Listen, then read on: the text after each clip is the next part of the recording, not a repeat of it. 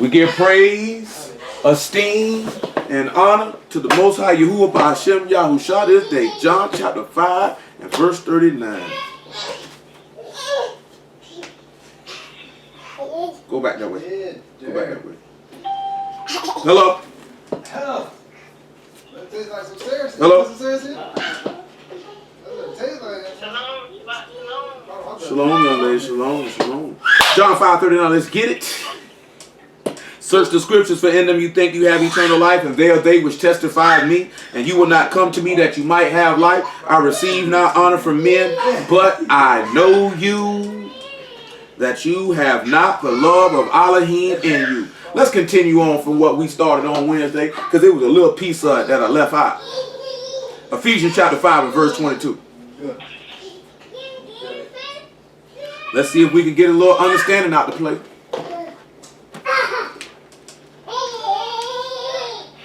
Ephesians chapter 5, verse 22. Verse 22. Ephesians chapter 5, verse 22.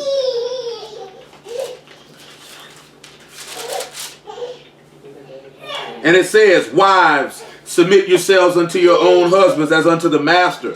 For the husband is the head of the wife, even as Mashiach is the head of the body, and he is the savior of the body. This is how he said that he's the savior of the body. Hold that and go to 1 Corinthians chapter 11, I think, verse 1. It says the master is the savior of the body. He's got to save the body. 1 Corinthians chapter 11, verse 1.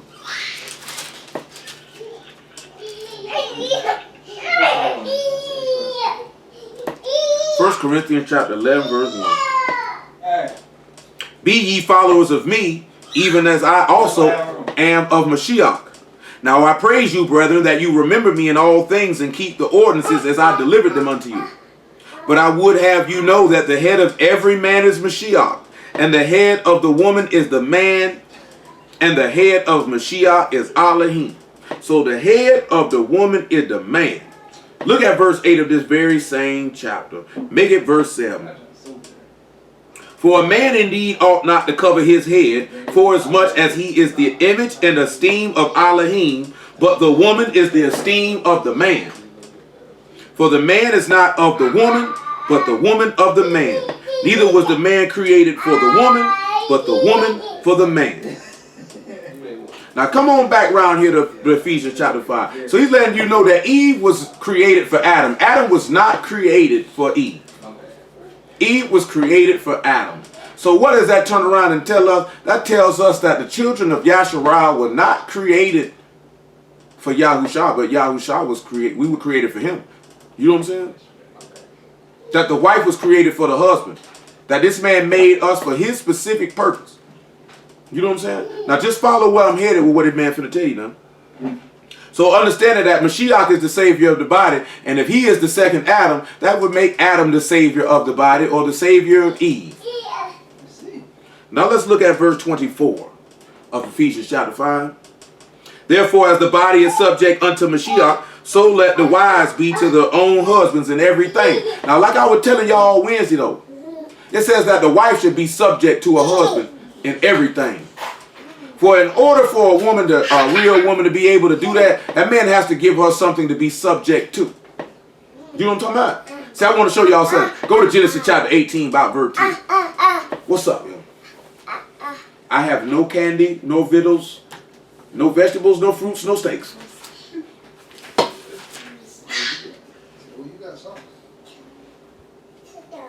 Make sure that's the verse. Genesis 18 and 10. Make sure that's what I want. Yep, 18 and 10 a word.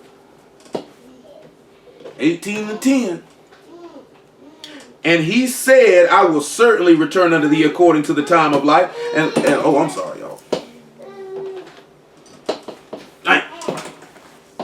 Y'all can get 1 Peter chapter 3, probably about verse 4. Maybe verse 3. 1 Peter 3 and 3 behind this Genesis 18.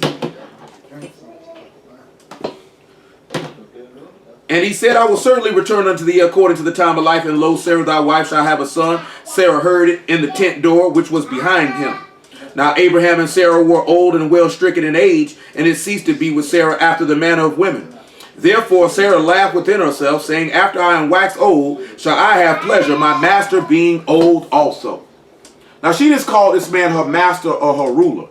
Now it's very, very important when you sit back and you look at this woman calling her husband her ruler. You know what I'm saying? This is her authority figure. This is who she submits herself to. Now, in order for her to submit herself to this man, obviously we would have to sit back and look at it. There would be certain things that this man would be doing to cause this woman to have that willingness to be able to do that. Look at 1 Peter chapter 3.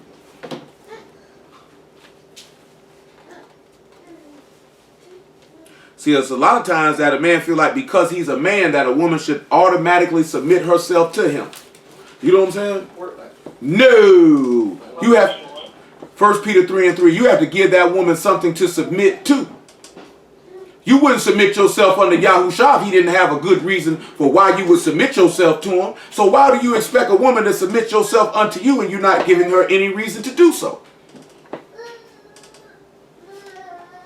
1 Peter 3:3. Whose adorning let it not be that outward adorning of plaiting the hair and wearing of gold or of putting on of apparel. But let it be that hidden man of the heart, that which is not corruptible, even the ornament of a meek and quiet ruach, which is in the sight of Elohim of great price. So y'all heard that. That man just sat back and told you that the women ain't got no business wearing gold and ain't got no business braiding or plaiting their hair. That's not my personal opinion. That's what the book say. If somebody got a problem with it, take it up with Yahuwah and let me know how it work out for you.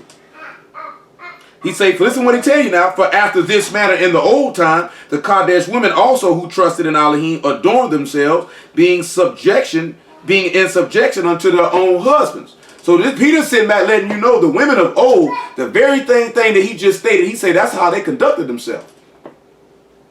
So this is letting them know how our women ought to conduct themselves. We didn't read verse 1, but that's how if a woman is already married to a man who don't follow the word, that he might be inclined to follow the word by her behavior.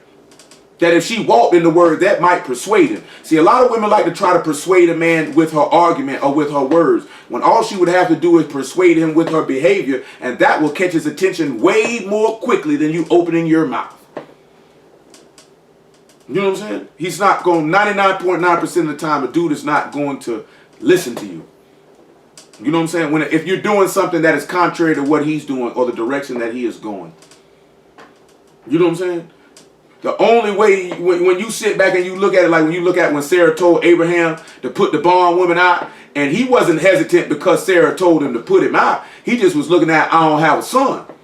But when y'all told him, go ahead and get rid of him, listen to your wife, he had no problem doing that, only because he valued and trusted his wife's opinion. He knew that he was married to a wise woman. Therefore, her opinion and the words that she spoke hold weight with him. You know what I'm saying? See, if you know you got you a wise and intelligent woman and she actually opens her mouth and make a statement, a man of wisdom will actually weigh that out because he knows that his wife is not an idiot. You know what I'm saying? It's only two types of dudes that don't listen to their wife.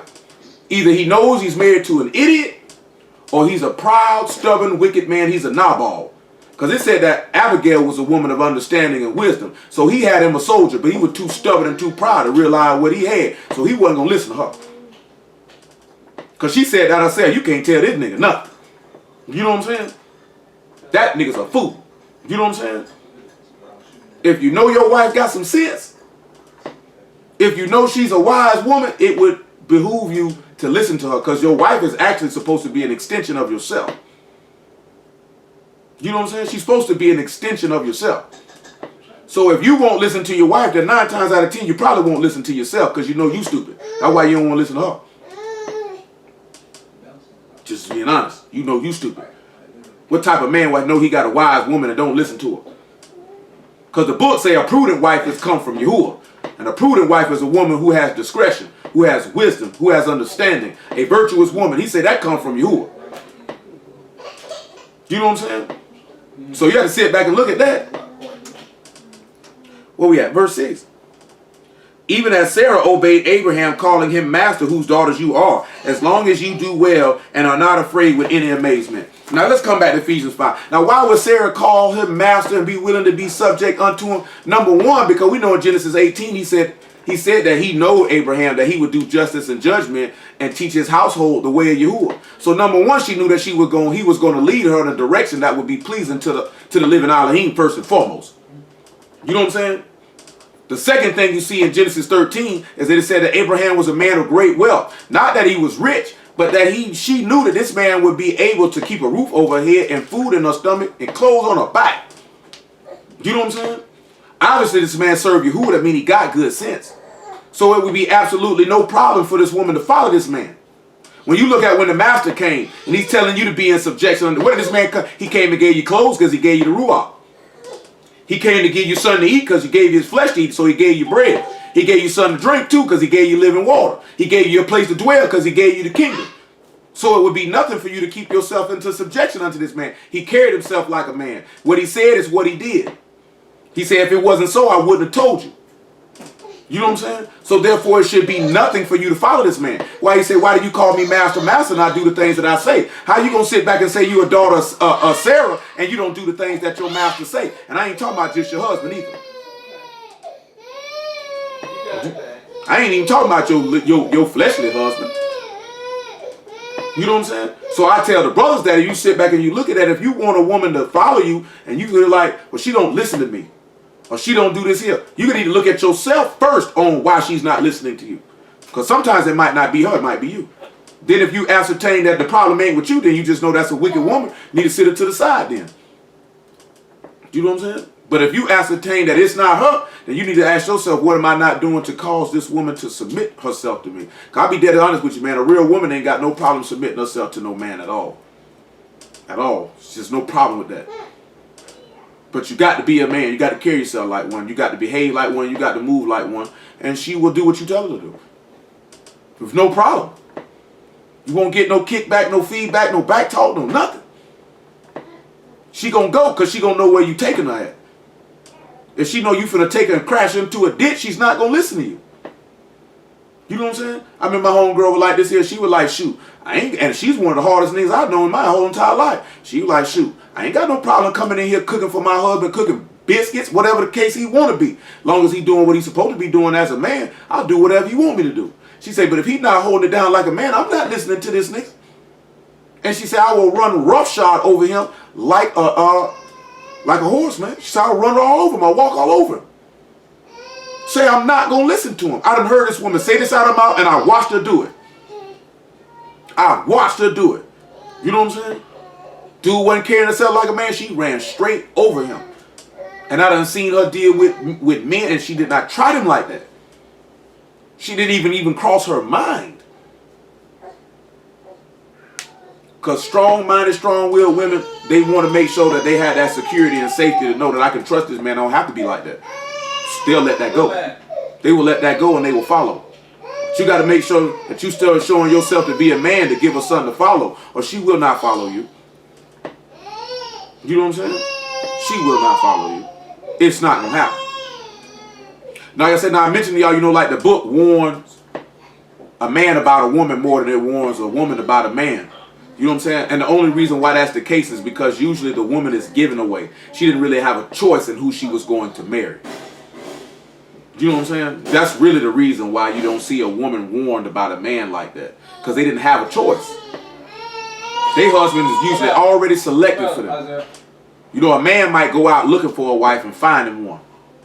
A woman didn't have that option of being found. She was given away.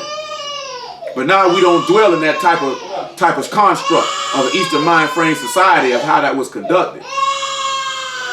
So now you're seeing that these women, actually at least all women, they want a man who can lead, whom they can follow, who they can trust and lay their heart and their life down to.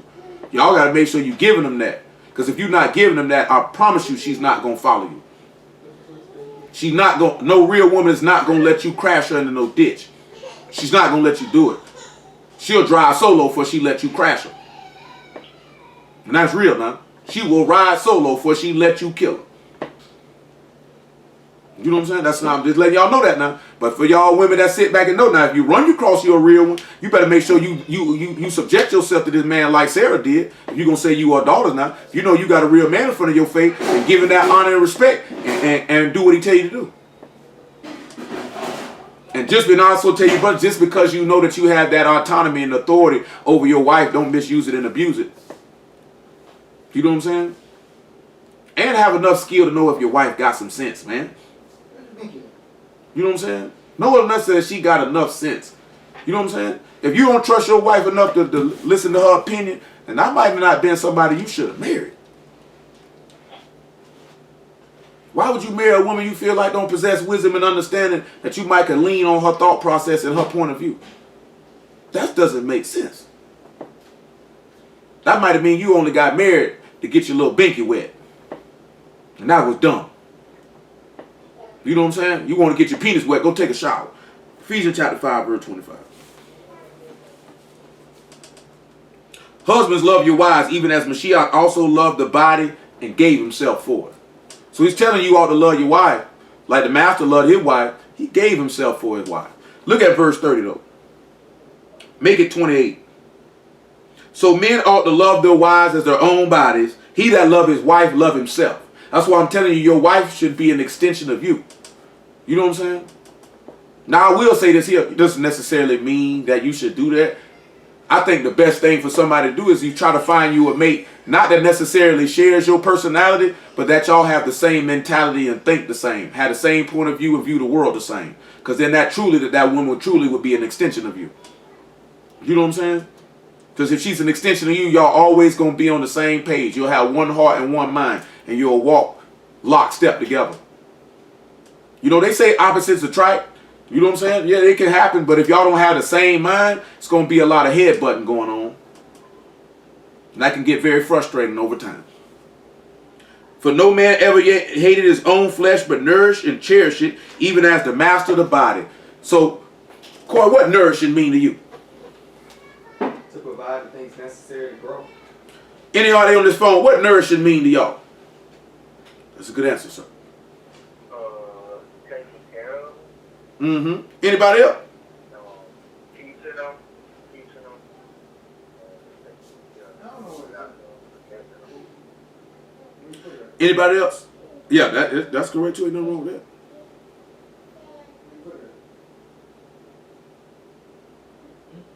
Well, you know, looking at this Greek word, it actually means to nourish up to maturity. To nourish or to bring up. You know what I'm saying? So when you sit back and you look at you're nourishing somebody up to maturity, look at 1 Peter chapter 2, verse 1.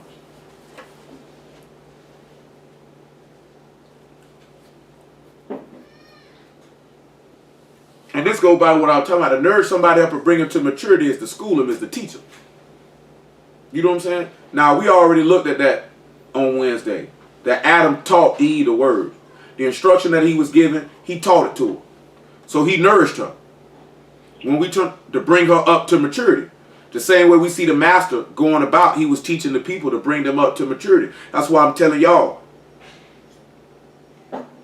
You know what I'm saying? I'm not sitting back telling you, okay, man, you got to teach your wife the word and you know you don't have the ability to do it. But you should be able to nourish and bring her up to maturity, number one, through your behavior and your obedience to the word that she might bear witness to that. But you can also nourish her and bring her up to maturity by teaching her things outside the word. That actually sitting down and teaching this woman something. Showing her an aspect of life that she might have not known till you sat down and showed it to her. Says, wherefore laying aside all malice and all guile and hypocrisies and envies and evil speakings, as newborn babes desire the sincere milk of the word, that ye may grow thereby, if so be you have tasted that the master is gracious. Now how would you sit back and think the master sat down and gave them the sincere milk of the word? What the first place you see him beginning to nurture his wife? No, not when that he was just asking questions. He ain't start dropping nothing on him. But that's a good, you know what I'm saying? Like you went early on him. He ain't drop on him yet though. He ain't drop on him yet. He was at that time he was just going against the doctrines of the law. You know that's got to be a hard thing for a 12-year-old boy to come in there and show you up. What? Oh, they ain't like me. What? When he went back home. That's why, ain't that little nigga from Way back when? From 20 years ago that is that same little nigga. I remember because he had that scar. Yeah. He had that birthmark. I remember that little nigga. Now he gonna Drop a dime on this nigga. I don't like that. Yeah, that's for real though. The first time he started nurturing his wife was in Matthew chapter 5 when he went up there and he started dropping that word on her. And he went to dropping that word on. That's when he began to nurture his wife, to begin to bring her to maturity. You know what I'm saying? To be able to cause her to be able to grow thereby and to become a complete, full woman. You know what I'm saying? You know what I'm talking about? Like, okay, everybody know that situation I had myself in. You know, I used to school this nigga on a regular basis. All the time. All the time. All the time. Because I know that's what you're supposed to do. You know what I'm saying? You're supposed to school your woman, man. You know, a lot of brews, when it comes to, they feel like all they supposed to teach you is the word. You know what I'm saying? And there's nothing wrong with that. If you have the skill and the ability to be able to impart something to her. I ain't saying that you can't open up the book and show your wife nothing, but you got to make sure you have the ability to do so. If you don't have the ability to do so, it's better for you just to not do that, because you ain't going to do nothing but mess her up. You know what I'm saying? But there's other things you could teach your wife. Guess what? I sit back, I watch y'all go out there and do stuff together all the time, don't I? That's a small way you can sit back and look out here. You know, you could be able to do this and do this. You know why? Because if y'all forbid something was to happen to you, this woman could be able to continue on and do something and hold certain stuff down if her husband became incapacitated. Or y'all forbid if he died.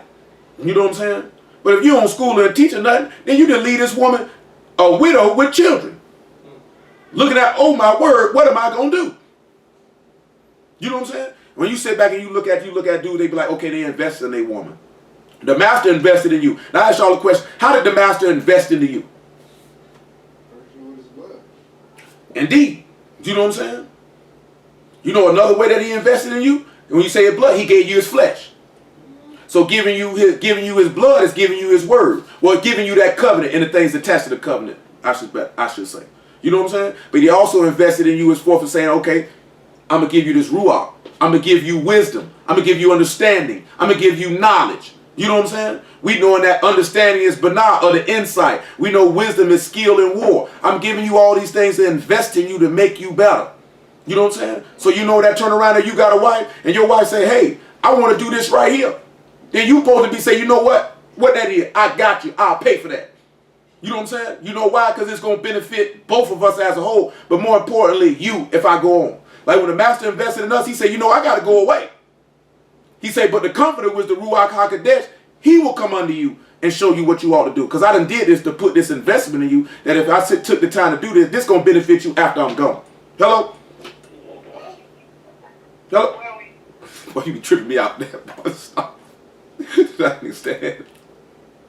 You know how you say it on this answer machine. You done heard the answer machine. This is Stanley McClary. I mean, you open it up with it, Stanley. I'm just walking in the door you open. You heard it earlier. Hey, y'all know the two people who got the funniest answer machine. You know the other one. Well, you ain't heard it. Corey done heard it. Oh, little man. You know what I'm saying? Everybody else done heard it. Corey, which one I'm talking about? Anybody a couple people on here actually got a voice message. I don't know. I can talk about these. Yeah, Stanley. Oh yeah, Pell do got one. I forgot. Pell do got one. You know what I'm saying? Pell like this here. You've reached Chappelle Bronson. You want to know something funny? It's actually my pops on my answer machine. This nigga hacked my phone one day and set up my voicemail. No, you know these on funny. Greetings. Greetings. But Stanley one is hard. But Stanley talking like he got a list. He talking like he's still about 6 years old with a lollipop. Well, you alright, boy.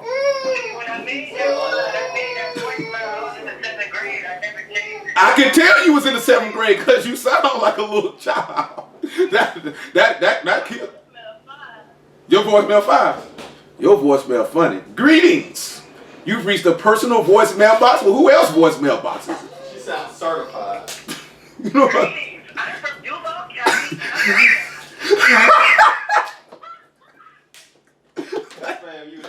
I know. And that nigga instead of say greetings, I'm from Duval County and I'm about that line.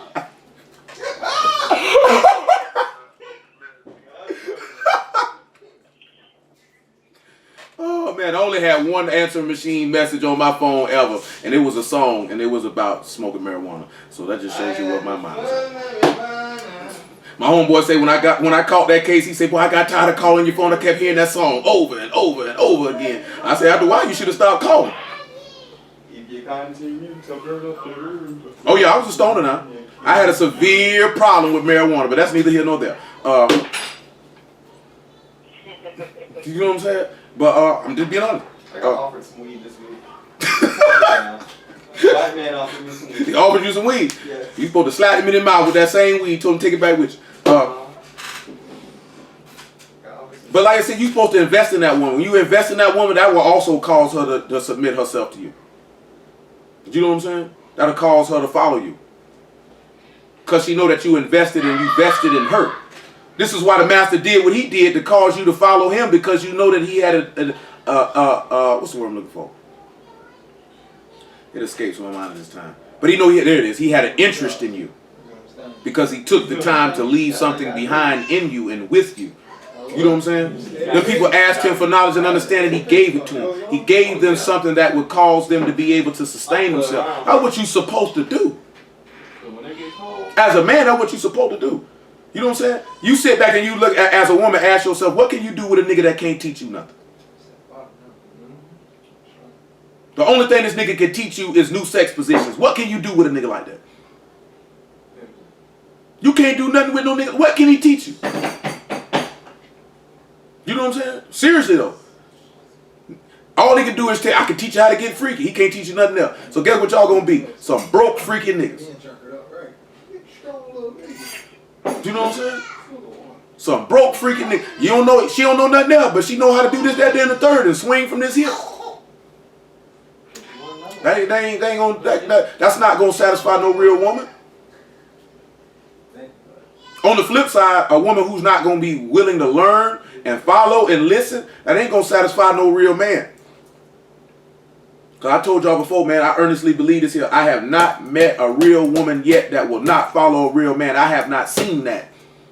Not in my 36 years of living, I have not seen that. If y'all done seen that, then let me know.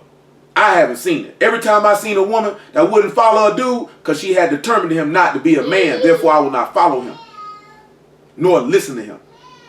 That's my experience, what I done seen. I ain't speaking for nobody else but me. You know what I'm talking about? Because I don't know what y'all done seen. You know what I'm talking about? And I don't know what none of y'all on this phone done seen. But I know what I done seen. I ain't met a real woman yet. Ain't followed no soldier. Ain't followed no man. I ain't seen it. Straight up. You know what I'm saying? When I seen a woman ain't follow no real man, it's because she was a whore. And when I say whore, that doesn't mean that you got to be spreading your legs to everybody that pass by. Because whores are proud, obstinate women who refuse to listen and take direction irregardless of who it comes from. You know what I'm saying? Now I'm going to tell you the biggest red flag to let you know you got you a whore in your hand, when she has no problem disrespecting her parents.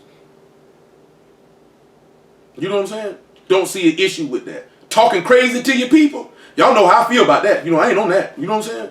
But I wouldn't care what your mammy did. Boy, you watch your mouth. You know what I'm saying? I wouldn't care what your daddy did or didn't do. I don't give you no license to disrespect them. Especially if you know this word, but watch your mouth. Now you don't disrespect grown people. You know what I'm saying? I tell you that. I got a question on that. Go ahead. What if they provoke you, you turn to cheat?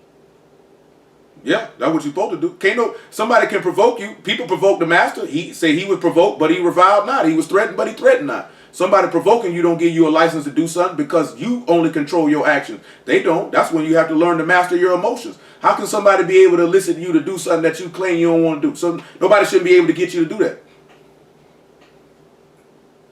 That is probably the most difficult thing for everyone to do, is be able to master your emotions. You know what I'm saying? You can control your emotions. You can control your whole body. Even if they ain't righteous? Yeah, even if they ain't righteous. They don't give you no. Them people wasn't righteous that provoked the master. One of them people were righteous when he was hanging up on that tree slapping. Now one of them people, you don't think that provoking me slapping you in your mouth? You can't be no respectable person. Yeah, it doesn't matter. It doesn't matter if your mama's wicked or righteous. He said honor her. You know what I'm saying? It doesn't matter if your daddy was wicked or righteous. He said honor him.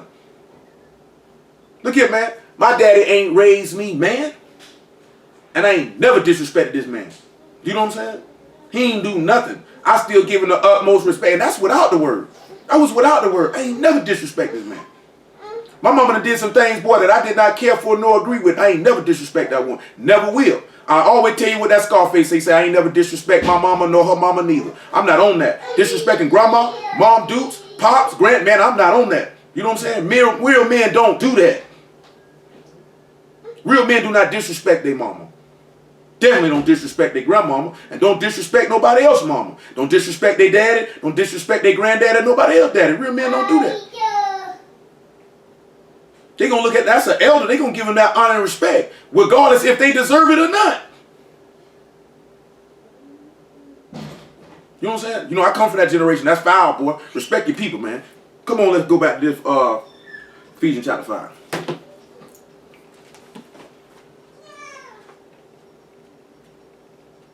You know what I say, man? You know, I come from that generation, boy. I tell you, boy, my homeboy, my nigga Boobie, boy, Boobie knock a nigga out. He catch a nigga disrespecting their mama, boy. That nigga was not on that. You know what I'm saying? He ain't have to know you or none of that. That used to make his blood boil.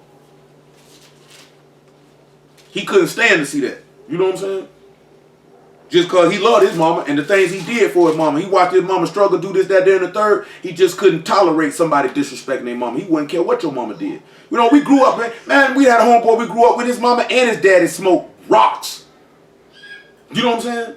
And was out there in them streets, and I never seen this man disrespect his parents, bro. And they were smoking rocks. They weren't there. You know what I'm saying? If you look at somebody that had a reason to disrespect their parents, you think he would have one, wouldn't he? You come in there, ain't nothing in there but mayonnaise and a water jug because they done spent all the money to buy dope. Done left you to care for all the siblings and do this. Man never disrespected his parents. Matter of fact, this man went to Florida State, played D1 college football, got his degree, and doing good. That's what he came up out of, man. Both parents smoking rock. You know what I'm saying? Never disrespected them, though.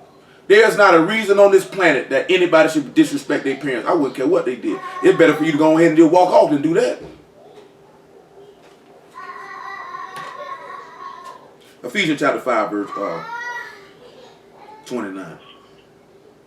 See, when you nourish and you bring a woman up and you to bring her up and to mature her and lead her, you know what I'm saying? Then all you really doing is cherishing her because you showing what she means to you. How the value of her. When you don't do that for a woman, that means that she's actually not valuable to you. So hold on, Proverbs 31 and 10.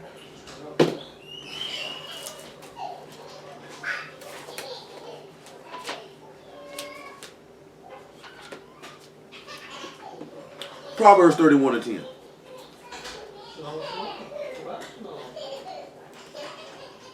Say, who can find a virtuous woman? Her price is far above rubies. The heart of her husband doth safely trust in her, so that he shall have no need of spoil. She will do him good and not evil all the days of his life. So when you turn around and you sit back and you look at it, he say a virtuous woman's price is far above rubies. Of course you're going to nourish and cherish that when you understand the value of what's before you. If you're not taking the time to nourish this woman, it's because you don't see the value of what's in front of you. And I can be honest with you, it's many men on this planet that have had very valuable women before they face and did not recognize the worth and value that was in front of them until it was gone.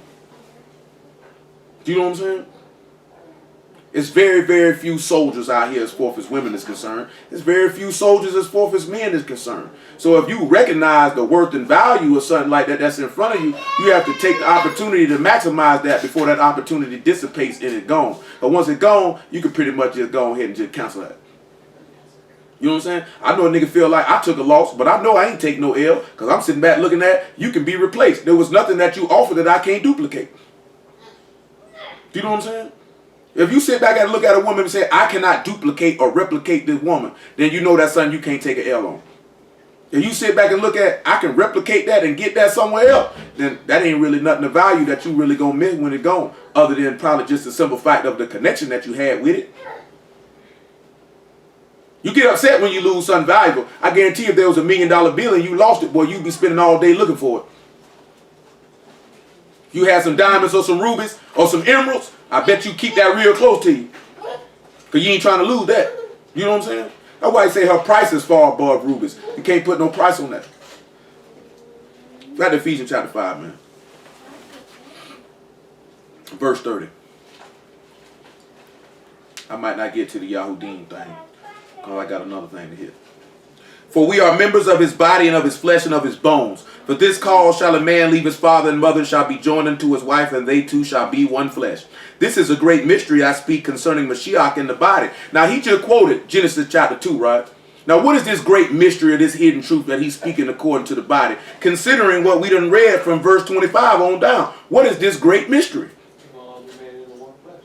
Yeah, but I'm talking about, but before he said that, right? He said a man ought to love his wife as the master loved the body and gave himself for it. Then he said that man ought to nourish his wife and cherish his wife.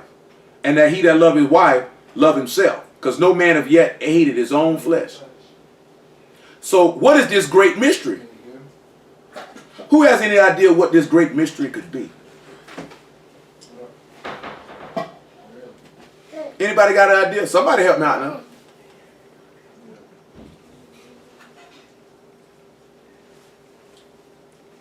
I can think of is Adam and Eve. And you would be correct. So then what would be that mystery about Adam and Eve that he's referring to? Knowing that he gave, being in one body, she came up out of him and gave his own flesh by partaking in He death. died with him. So in this statement, when Paul is going through this in Ephesians 5, he's showing you how this man died for this woman. And that he loved as his own body. Like we mentioned. Which was his own body. It was his own body. She literally came from him. She literally emanated from him. And when we turn around and we look at it, we're born of the living Elohim. We literally come out of him. You know what I'm saying? Therefore, he's going to cherish you and honor you as his own body. He's going to nurture you. He's going to bring you up, and you will be in praise and esteem. See, I just had to hit you over this because we didn't touch on this on Wednesday when we were discussing this topic. Because like I told you, when Genesis 3 and 2, she said, Elohim have said, that means he nourished that woman. He had taught her. He was trying to bring her up to maturity. That man gave himself for that woman. There was no sin on Adam. Let's go look at Genesis chapter 3 now. There was no sin on Adam. And after Genesis chapter 3, get Job 31 and 33. And that 1 Timothy chapter 2 again, just for anybody who didn't hear it when we went over the last time. And then get you Proverbs chapter 7 verse 4. So you're going to hold...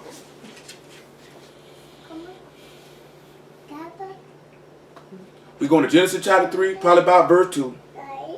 Job 31 and 33. And Proverbs 7 and 4.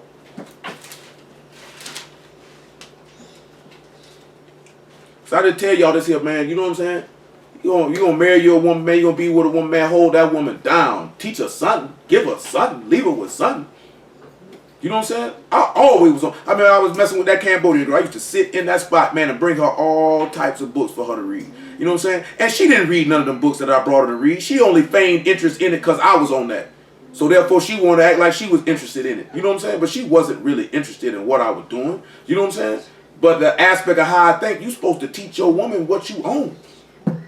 That's what you're supposed to do. Well, you don't do that there, man, you bugging.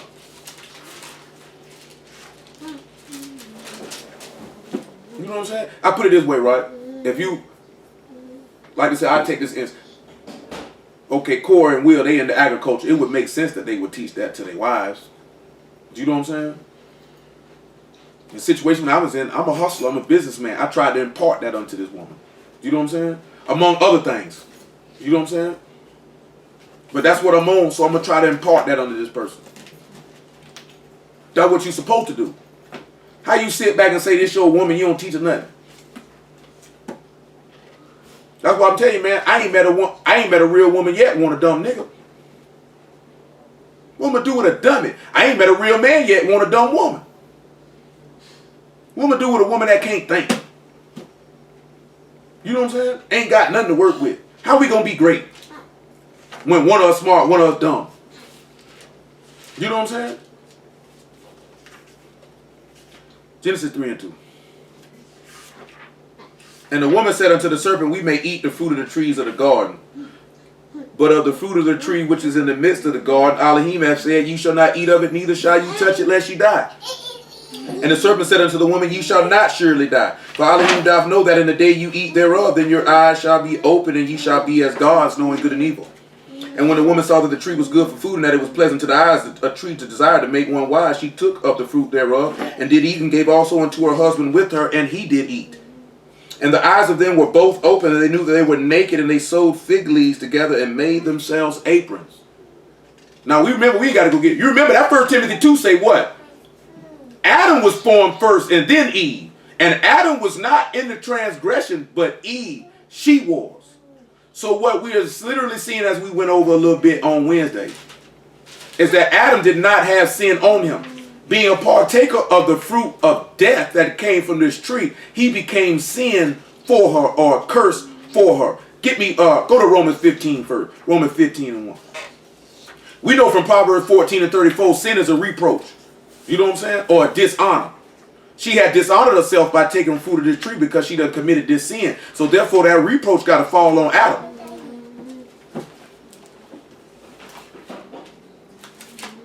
This is why the book tell you to die for your wife, because Adam did it. The master did it. He's telling you to manifest that love, as we looked at on Wednesday, that Malachi, he said, the wife of thy youth, or thy companion, your friend, your consort. Greater love have no man than this, that a man lay his life down for his friend. How can you say your wife is your friend and you won't lay your life down for her, literally and figuratively?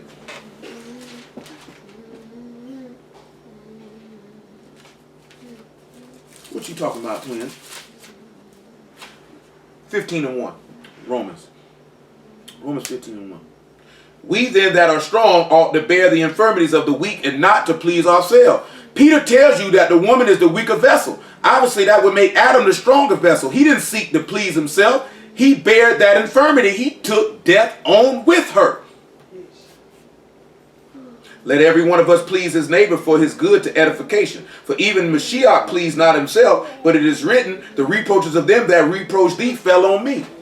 That man did the same thing. That man did not partake of that fruit first. She did. You know what I'm saying? We partook of death, and that man came and took that infirmity on and died with you. He did not seek to please himself. That's why I was so greatly offended when this young man gonna have the nerve to say Adam was selfish and a foolish man. That man was showing you selfless love by giving himself up and by bearing that weakness of his wife, because he was strong enough to bear it. The master was strong enough to bear death on your behalf. That alone should cause you to love her. Hold on, before we get that Proverbs 31, Job 31 and 33, I should say. 1 John chapter 4, verse 16.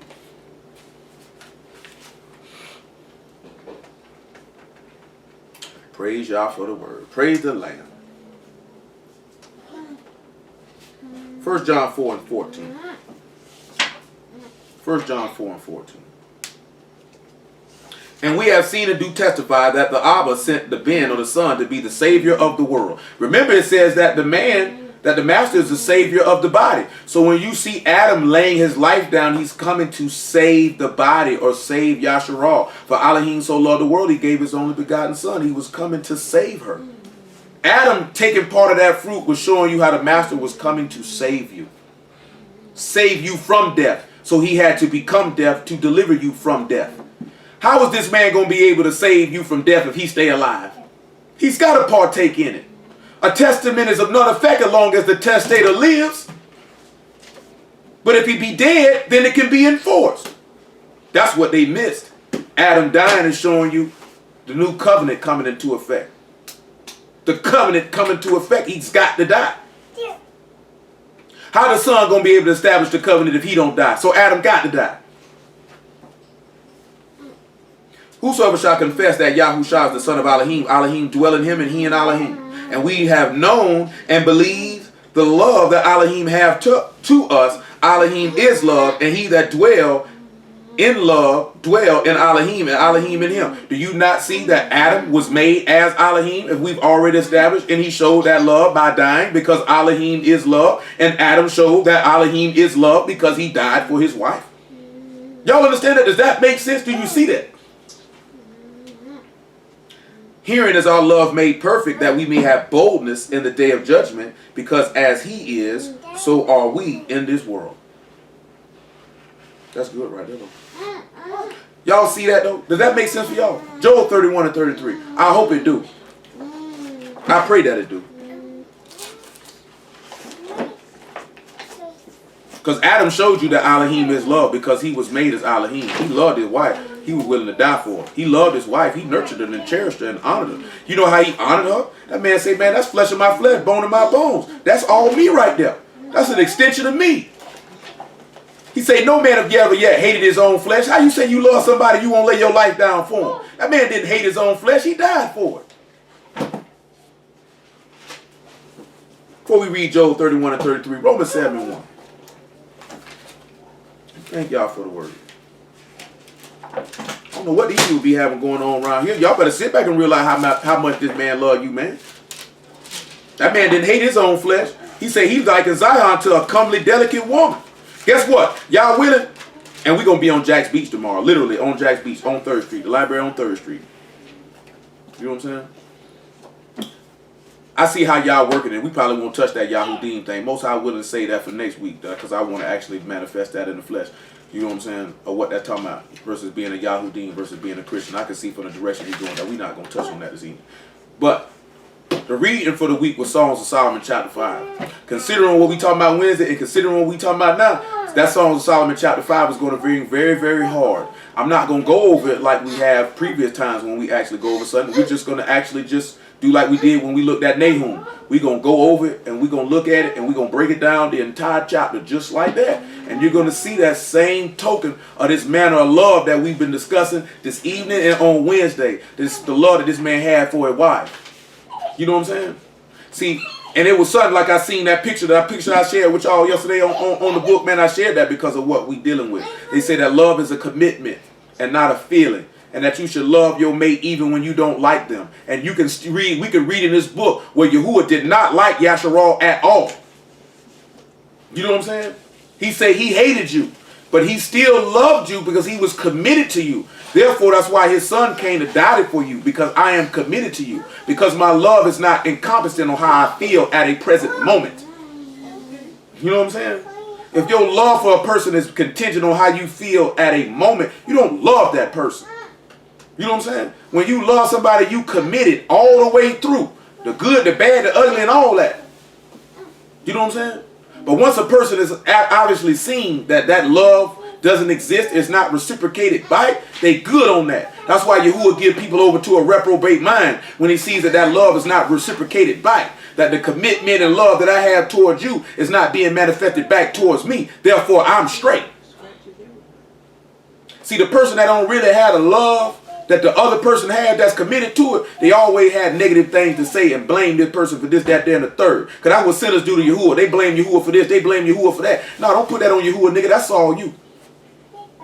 That's all you, nigga. Don't put that on that man. You know what I'm saying? That's you. Because you don't really love that man like he love you. You know what I'm saying? And we see that when we just deal with natural relationships with people, whether it be, you know, parent to children, husband to wife. And I'm saying husband to wife because in our way it wasn't no boyfriend or no girlfriend. You was a spouse to somebody. They said that was your spouse husband. That was your spouse wife. You didn't have no girlfriend. You ain't had no boyfriend. If you was with somebody, you was with them for the purpose of marrying them. You know what I'm saying? So if you look at that, you interested in somebody and you want to talk to them, that means you talking with them because the goal at the end of the day is to marry them. You know what I'm saying? Y'all know the situation I was in, the goal was to marry that person. It wasn't just to be with them. It just wasn't to have a companion. The goal was to marry them. If you not looking at a person and the end goal is to make that person your wife, to make that person your husband, what are you really doing? You just passing time. You want to pass some time, go read a book. You know what I'm saying? You want to pass the time, go get a hobby. You know what I'm saying? Go get some dominoes, man. Build a domino house or something and push them down and watch them all fall down. Go do something like that. Do something constructive with your time. I'm for real, though. Because marriage is a serious thing. You sit back, you say that. Because if you get with somebody, you're getting with them for the purpose of marriage. What other reason is you getting with them for? We're not in the world where you trying to get your rocks off. Do you know what I'm saying? That mean you looking at this person, I have identified that there's some value and worth in you to the point that I would want to join myself to you for the rest of my natural life. You know what I'm saying? Straight up. For the rest of my natural life, I want to be joined to you. Because you already know, man, in our way, you can't get, you ain't supposed to be having no sex. So that can't, and that's why when you look in this way right here, because the sex and all that stuff's supposed to be removed, you're going to actually be able to see if you like the person that you're dealing with. Because the things that can cloud your brain from the physical touching and activity is not going to be present. You know, I tell y'all women that all the time. You take sex off the table, you'll see how much that man really like you. Because if he can't have sex with you, then what are you going to actually have to discuss? What is it that y'all going to be able to bond over? Because most people bond through the physical tie. So if the physical tie is removed, then what you got left? Then you end up finding out that niggas don't really like you or think you fine as you thought they did. They just want to try to get in your butt. They just want to get a bit of feeling of your flesh. They just want a little tingle in between their legs. Even without the word, I done seen women, if you tell a man he can't have no sex, you're going to actually see if he like you or not. Because it ain't too many dudes going to deal with no woman for an extended period of time and know they can't have sex with her. If a man deal with a woman for over 6 months and know he can't have sex with her, that man got to like and love her. Because ain't no man finna do that right there. Well, you see niggas rush and go get married to a woman just so they can lay with her. If a man go an extended period of time dealing with a woman and he don't touch her physically, that man has a strong interest in that woman. You know what I'm saying? Straight up and down. Strong interest. Because we know women like to have sex, but y'all know men are motivated by that. Y'all women should know a man will play like he wanted to follow this word just to get in between your legs. Then once he done got you in marriage and got in between your legs, then you see this nigga ain't on that. I'm talking to y'all women, y'all that's not married. Go on here and take your vagina off the table, which it already should be off the table if you follow in this way. See how much a nigga like you for real. Do you know what I'm saying? You'll find out real quick. Ain't nobody checking for you. Because you know a lot of the Hebrew dudes, boy, because we just were talking with the young man about that today. They tell you, boy, you go up in it, that's your wife. That's why these niggas be around here horny. They making whoremongers out of people. Nevertheless, Romans 7:1. Make it about 7:3. So then, if while her husband lives, she be married to another man, she shall be called an adulteress. But if her husband be dead, she is free from that Torah, so that she is no adulteress, though she be married to another man. Wherefore, my brethren, you are also become dead to the Torah by the body of Mashiach, that you should be married to another, even to him who is raised from the dead, that we should bring forth fruit unto Elohim. For when we were in the flesh, the motions of sin, which were by the Torah, did work in our members to bring forth fruit unto death. But now we are delivered from the Torah, that being dead when we were held, that we should serve in newness of Ruach and not in oldness of letter. So let's show the difference of what we talking about right this here. Oldness of Ruach. And you sitting back saying the motions of sin that work in our members, and that now you're free to be married to another person. Well, we know in Genesis 3:19, he told Adam, from dust you are, so dust you shall return. We know from 1 Corinthians 15, they say the first Adam, or the first man, was of the earth, earthy. But the second Adam, or the second, or the master from Shamahim, or from heaven, is heavenly, or spiritual, or Ruach. So what we're seeing with Adam literally laying his life down is showing you of the enforcing or bringing in of the new covenant. And let's establish that in 2 Corinthians chapter 3 and verse 3. Then we'll just get Hebrews 8 and 7. So we're just doing it a little bit differently to give a different aspect of the manifestation of what this man's death or him dying for his wife, with Adam doing that, was going to bring forth and achieve. Because those motions of sin that was working in our members had us bound to this death. Because remember, Adam was flesh anyway. He was made of dust of the ground. He was going to die anyway. Adam was not made of spiritual components. He was a living nephash. He was a living soul. He was not a quickening ruach. He could not make you alive. He could not animate you eternally. But he had to manifest the dying or bringing on of the curse. And behind this, and we're going to get to Job 31 and 33. I ain't forgot about it. But behind this, I just mentioned that, man. This 2 Corinthians 3 and 3 and this Hebrews 8 and 7. I'll just wait. 2 Corinthians 3 and 3.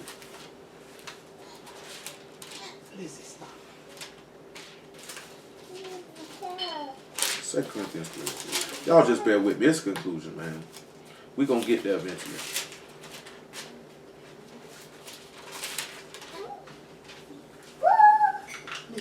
For as much as ye are manifestly declared to be the epistle of Mashiach, ministered by us, written not with ink, but with the ruach of the living Elohim, not in tables of stone, but in fleshly tables of the heart.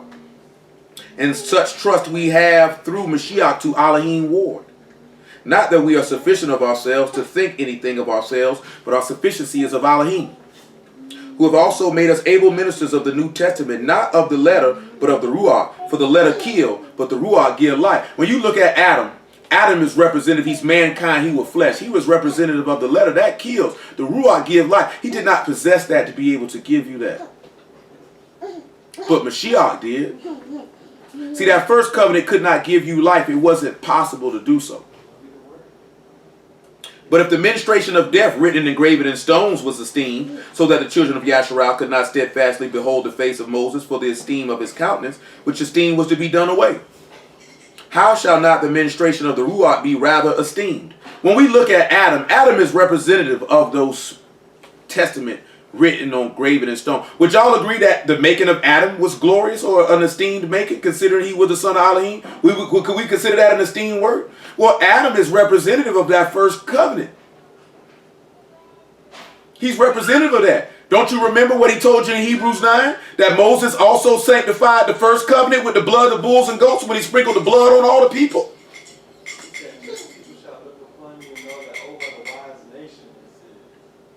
All that. And what did that woman turn around? This tree gonna make me wise. When you already had wisdom because you had Elohim, Adam would have gave you all the wisdom you needed. See, he was even showing you then how we sat back and looked at, we wanted to be like the nations and we wanted the wisdom of the nations versus having the wisdom that Elohim gave. See, Eve didn't want the wisdom that Elohim gave. She wanted the wisdom that the nations had, showing you also how Yasharal would follow after the Gentiles.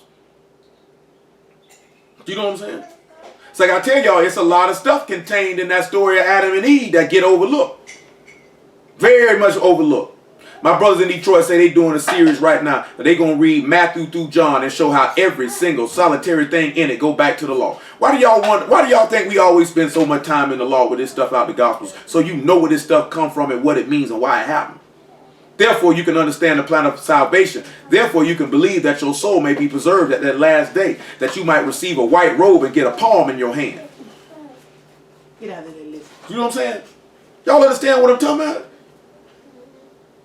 Like this is talking about to sit back and understand how much this man loved you. So then you can turn around and you can be able to manifest that love to your wife.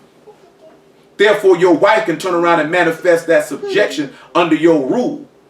Like we manifest that subjection under the master's rule because you're giving her something to be ruled by. You know what I'm saying? Having a penis and knowing some Bible verses ain't enough to get no woman to follow you. You know what I'm saying? The master just didn't come with no Bible verses to get this woman to follow him. He manifested that love. He nurtured this woman. He cherished this woman. He honored this woman. He built this woman up. He taught this woman. He took the time out to direct this woman in righteousness. He provided for this woman. He gave this woman everything that she needed. Therefore, she had no choice but to follow. No choice. You know what I'm saying?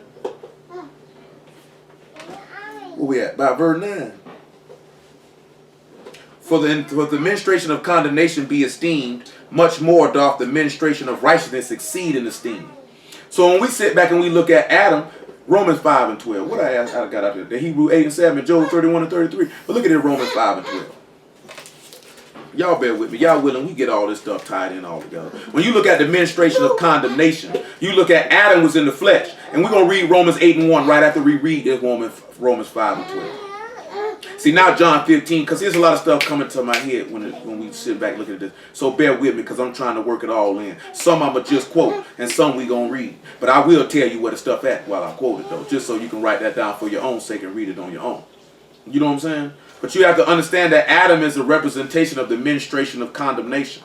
Because there was no way that him being flesh and blood could actually redeem you from death. But he had to give the example of the redemption from death that was to come. You know what I'm saying?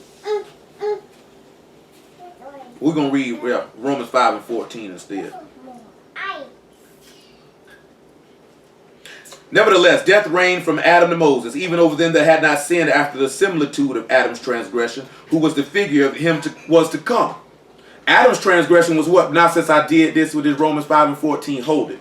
We hold in Romans 5 and 14, Hebrews 8 and 7, and John chapter 15 verse 20. But now let's go look at Job 31 and 33. Because he said after the similitude of Adam's transgression. And we're going to look at something. We went over this Job 31, but it was a long time ago. So for those who don't know, it'll be new for you. And for those who did hear, we'll stir up your pure minds by way of remembrance.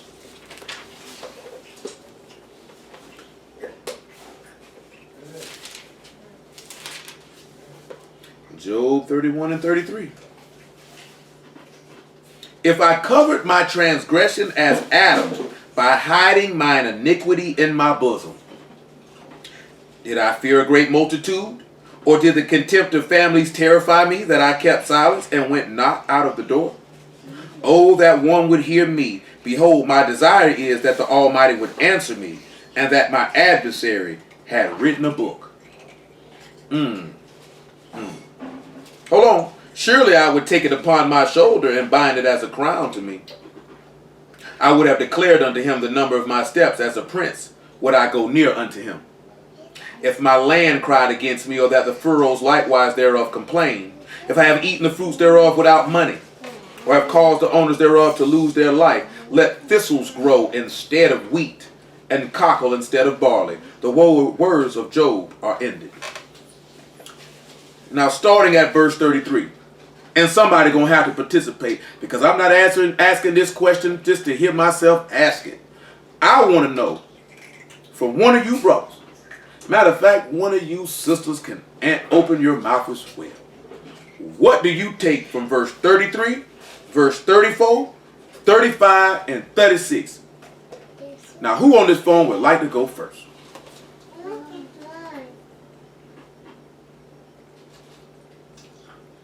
With anybody on this phone, somebody got to help me out now. It's going to be a hard move for us until somebody help me out.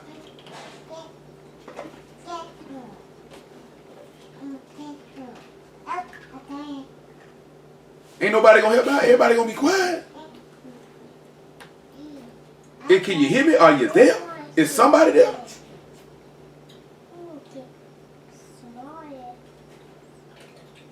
Good grief.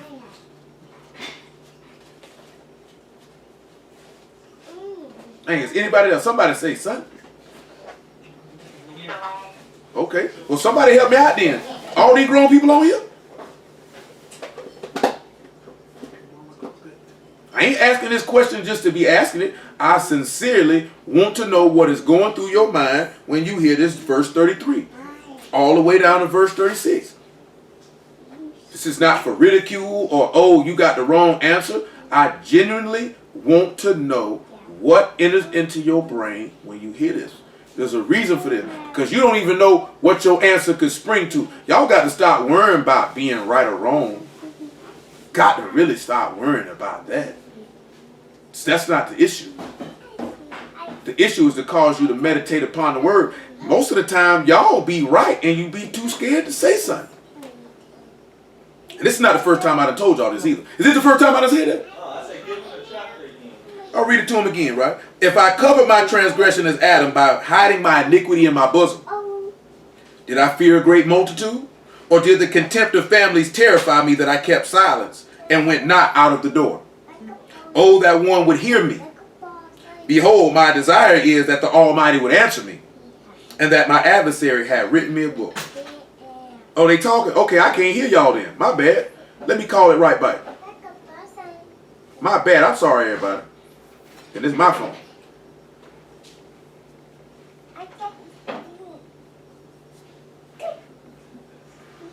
I was wondering what was going on. I ain't hearing nothing. I heard that one person say it, but somebody just texted me and say people talking. But I wasn't hearing nothing. There are 8 participants in the conference. Please announce yourself. All right, y'all hear me now? Y'all can hear me? Hello? Okay. If y'all were talking, I couldn't hear y'all, so that's what it was. Okay, somebody had just let me know that. So y'all go ahead.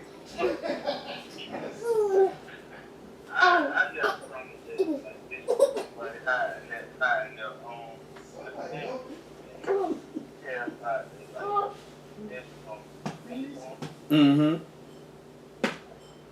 And what somebody else got for me?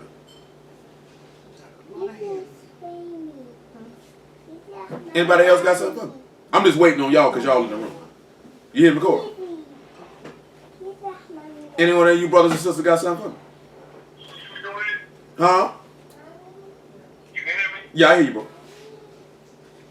Yeah, I was thinking about the Mashiach had came to die to cover our transgressions. Cover our transgressions. That's 33. Mm-hmm. And I look at it saying when it's talking about at 35, what answered me that my adversary had written a book. When I see he had written a book, I ain't gonna lie, I don't know. Ain't no, Because it say my adversary had written a book. ain't nothing wrong with But that. when I say surely I would take upon their shoulder the binding up at the crown, I think about when they talk about us getting the crown of righteousness or the crown of glory. Okay, and that's good. What you got for me, Corey? 'Cause I know you were For waiting. the first part, it makes me think about what he said, being bold. Mm-hmm. You know, and like, he's talking about being on the housetop. You know, well, that's dealing with something, but being bold is aligned with the word. Yeah. And then when I think about, but I used to think with, before now, I used to think when I say my adversary had written a book, I used to think of it as Hashatam being there the whole time, so him being able to actually record the things that have happened. But then I just hearing it again, it makes me think of, in this situation, Job was talking about Yah being his adversary. That is correct. And knowing that the book that was written is the word that we have, but more importantly, Yahusha is the word made flesh. Corey on verse 35 to the end, he hit what I was thinking on, which is actually talking about. He just mentioned it. I'm gonna show y'all in a minute. He just hit exactly what it's talking about. He just stated that what he thought it was before, and now looking at it now, having a better understanding of the word, he sees what it's actually speaking of. And we're gonna hit it in a second. He just hit it right on the head, straight 425 feet dead center field. Somebody else got something? I was just gonna say, it seemed like he talked about is his sin gonna kind of make him like ashamed, or ashamed to the point where I know they go out the door, like he just kind of shame him so much that he don't wanna like even come to the Father, feel like the Father ain't gonna answer him. That's good. You got a lot of people like that. Mm-hmm. Oh, they. On first, just don't looking at it. Mm-hmm. Mm-hmm. Oh, y'all. That's why we tell you, man. Y'all be right more often than you know. You know what I'm saying? What was that, 34? That was tight. I seen that after I said what I said going the other year. That's what I seen after I was like shoulder and crown. And we gonna manifest this out the word and precept this. Yeah. Hold on.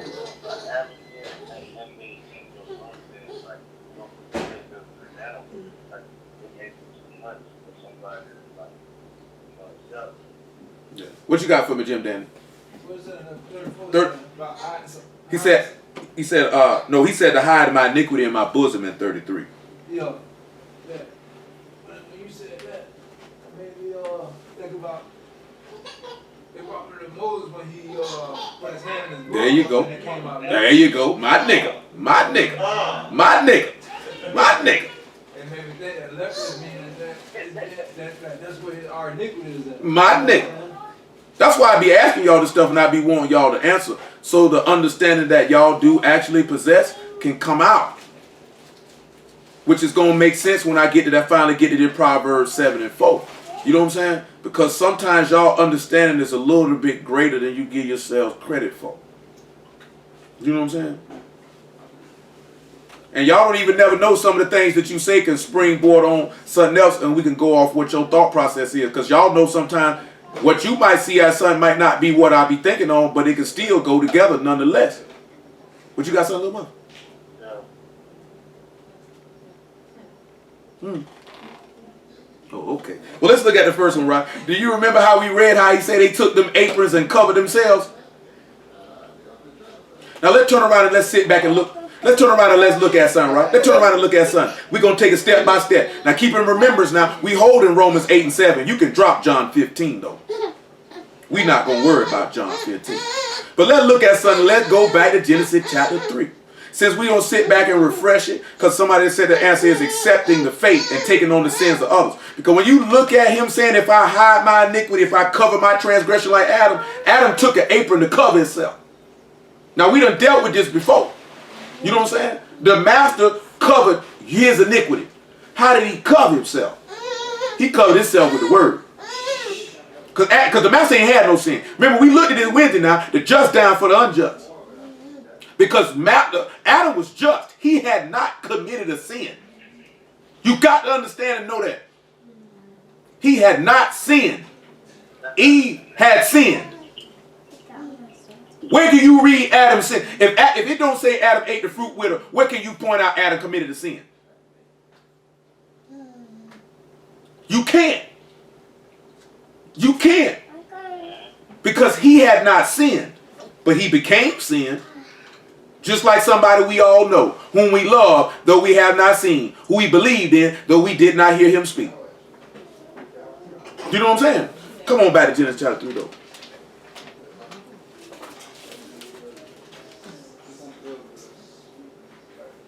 And if I say something and y'all say something back and I can't hear y'all, y'all text me to let me know that I'm not hearing y'all. Genesis 3 and 7. And after we look at Genesis 3 and 7, Revelation 16 and 15. We just walking down. It ain't but 10 o'clock. It's the Shabbat. You ain't got nowhere to go. Praise y'all for the word and the Shabbat. Say the Shabbat was made for man, not man for the Shabbat. That man was made to die for you. You wasn't made to die for him. And when the woman saw that the tree was good for food and that it was pleasant to the eyes, the tree desired to make one wise, she took of the fruit thereof and did eat and gave also unto her husband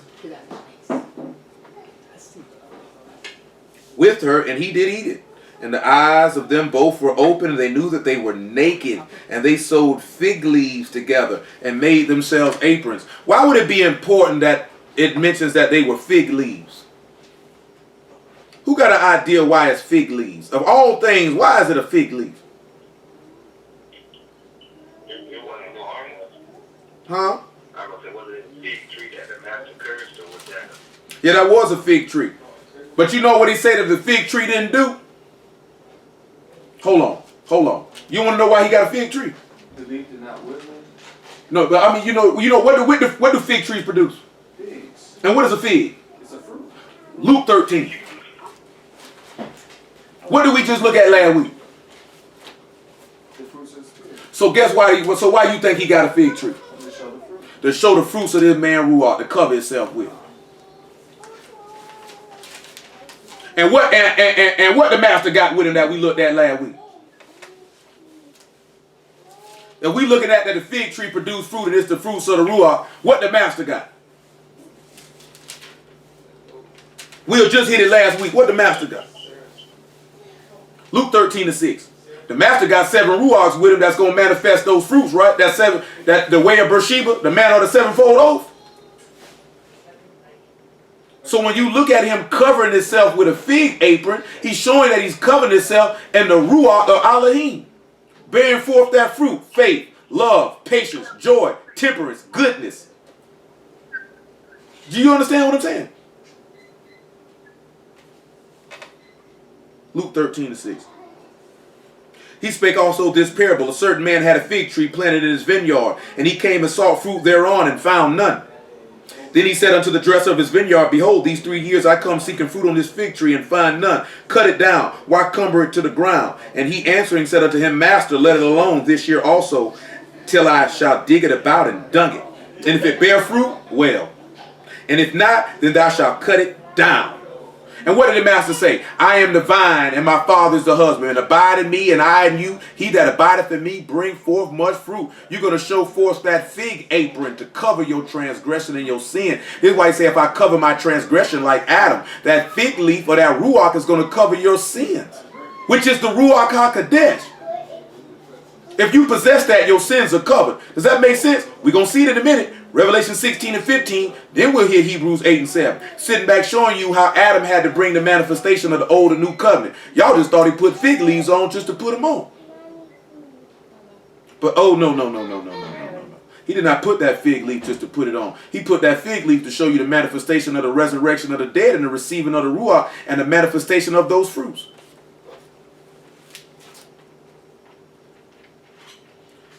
Praise y'all for the word. The word is great. Y'all hear me? Just making sure. Revelation what? No, Hebrews 8 and 7. Hebrews 8 and 7. Oh, Revelation 16 and 15. I did say that. I appreciate you guys. I did say that. Revelation 16 and 15. Thank you, sir.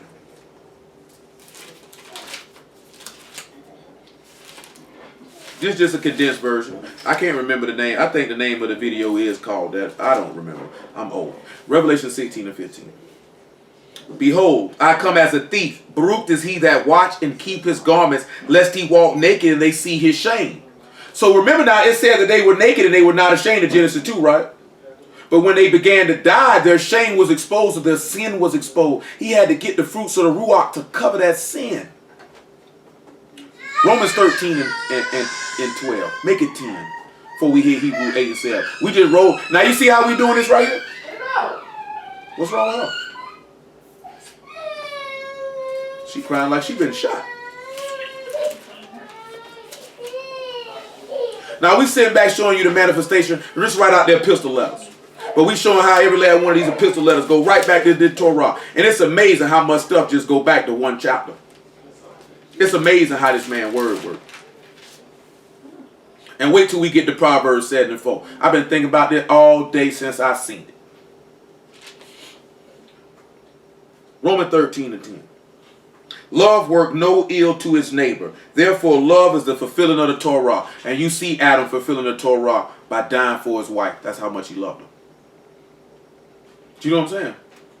He fulfilled the instruction of Yahuwah, which is the love, because it said Elohim is love. That's what we read in 1 John chapter 4. And Adam was made as Elohim. He was Elohim. Eve stated as such. He manifested that love and he fulfilled the law by dying for her. And knowing that the time now it is high time to awake out of sleep, for now our salvation nearer than we believed. The night is far spent, the day is at hand. Let us therefore cast off the works of darkness and let us put on the armor of light. Let us walk honestly as in the day, not in rioting and drunkenness, not in chambering and wantonness, not in strife and envy. But put ye on the Master YAHUSHA HaMashiach, and make not provision for the flesh to fulfill the lust thereof. So when you turn around and you see Adam putting on that apron made out of figs, he was putting on the Master. And putting on the Master, you're putting on those 7 Ruachs, or the manifestation of the fruits of those Ruachs, which is joy, which is shalom, which is long-suffering, which is gentleness, which is goodness, which is faith. You know what I'm saying? Again, which is self-control. Against such, there is no law. And those that are Mashiachs have crucified their affections and lusts. You follow what I'm saying? Now let's look at Hebrews 8 and 7. So when dudes say the new covenant is not in effect, they show their total lack of understanding and not knowing the scriptures. When you see again with Adam, Adam is manifesting the new and old covenant. Right there in Genesis chapter 3. Clear thing. Y'all understand that? That makes sense for you? Praise the Lamb. Hebrews 8 and 7.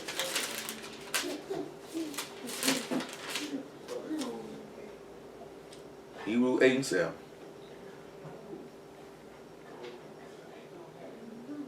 Make it 6. But now have he obtained a more excellent ministry, by how much also he is the mediator of a better covenant, which was established upon better promises. For if the first covenant had been faultless, then should no place have been sought for the second. Because if Adam had been faultless, there would have been no reason for Hamashiach to come.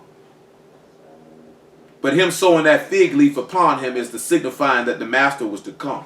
Because you got to remember, a fig leaf, he say, a stem shall blot out of the rod of Jesse. The branch, the netzer, to bring forth the fruit. And it say that the Ruach of Yahuwah would be upon him, and it meant the manifesting those fruits of that Ruach stemming from that tree. For finding fault with them, he saith, behold, the days come, saith Yahuwah, when I will make a new covenant with the house of Yasharal and with the house of Yehudah. Not according to the covenant I made with their fathers in the day when I took them by the hand to lead them out of the land of Mizraim, because they continue not in my covenant, and I regarded them not, saith Yahuwah. For this is the covenant that I will make with the house of Yasharal after those days, saith Yahuwah. I will put my Torah into their mind and write it in their hearts, and I will be to them an Elohim, and they shall be to me a people. And they shall not teach every man his neighbor and every man his brother, saying, Know Yahuwah. For they shall all know me, from the least to the greatest. For I will be merciful to their unrighteousness, and their sins and their iniquities will I remember no more. He said he'll hide his iniquity in their bosom, right? Now, Dwight made mention of where you can see a similitude to that, because we went over that before. How did we go over that before? When we talking about being changed in the twinkling of an eye, right? When Moses is sticking his hand into his bosom, and he pulls it out leprous, knowing leprosy is symbolic of death. You know what I'm talking about? And then he sticks that hand right back in there. Therefore, he's hiding your sins in his bosom. You know what I'm talking about? Or what about Isaiah 43? And he say, I blot out your transgressions and I remember them no more. You know what I'm talking about? But then you could come back and you could look at Micah when he say, don't speak to the wife of your bosom. So when he's sitting back talking about, I'm going to hide your sins in my bosom, he hides your transgression in his bosom. This man hides his sin, your sins in his heart. I'll cover them up. I will not remember them no more. So Job was already telling you how the new covenant was going to come in effect, and how the second Adam was going to cover your sins and they wouldn't be remembered. You understand what I'm saying? Don't y'all realize him sewing that fig leaf on is showing you how this man's sins, he wasn't going to remember your sins. He was going to cover them. These people had done sinned. The master became sin. What's the only way to do it? Romans 8:1. What's the only way to cover the sin? With the Ruach. That's what them fig leaves represent. Let's look at Romans 8:1. Let's see how. Because there was condemnation with Adam, wasn't it? He walked in the flesh, didn't he? Flesh and blood can inherit the kingdom of Elohim. That's what the book say.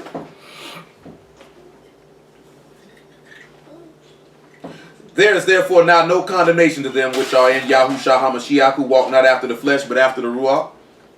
For the law, Torah of the Ruach of life and Yahusha HaMashiach have made me free from the Torah of sin and death. Do you not realize those fig aprons are manifestation of that law, that Ruach, to free you from death later? To cover your sins later? That there would be no condemnation with you?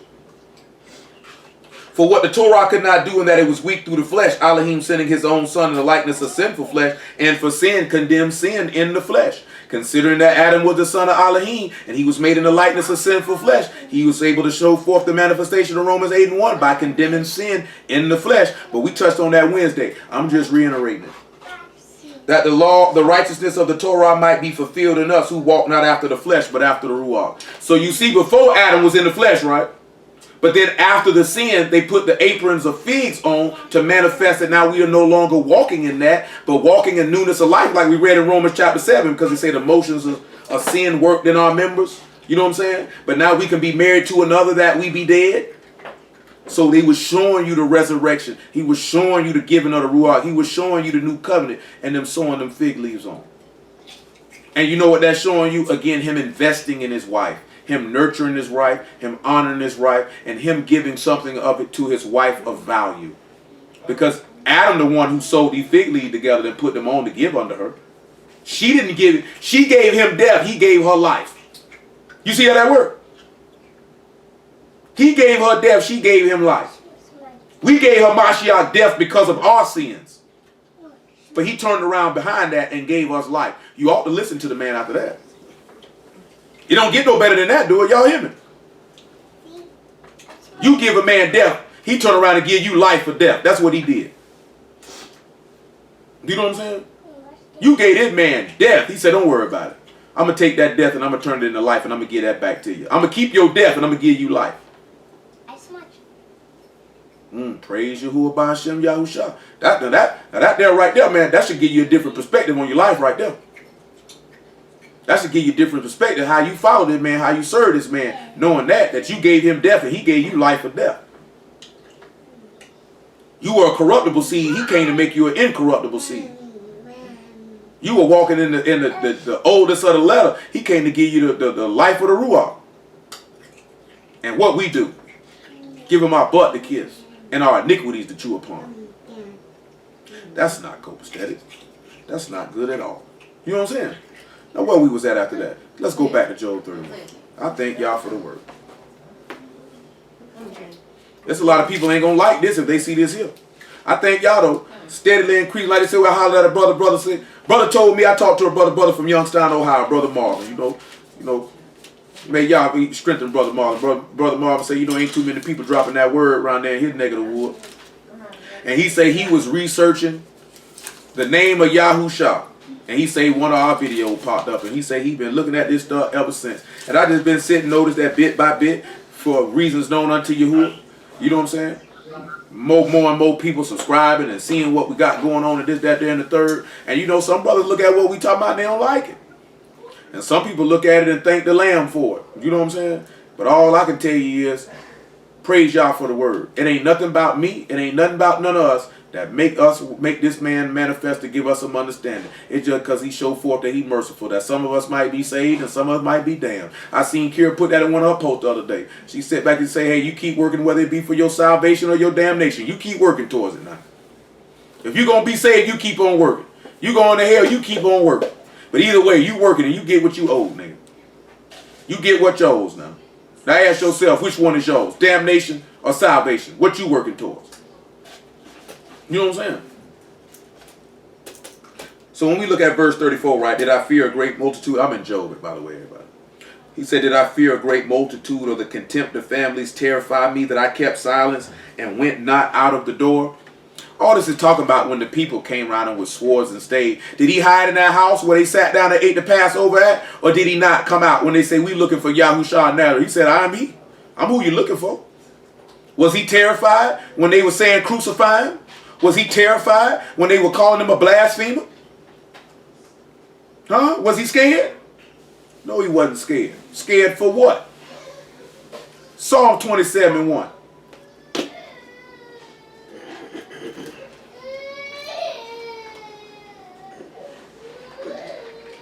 Psalm 27:1.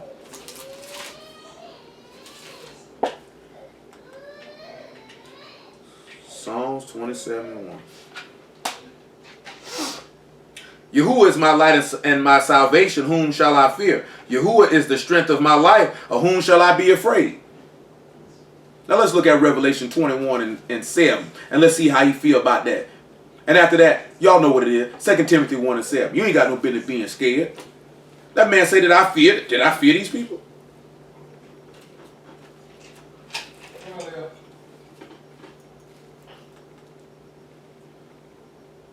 So as it was sent to me already, when you see Job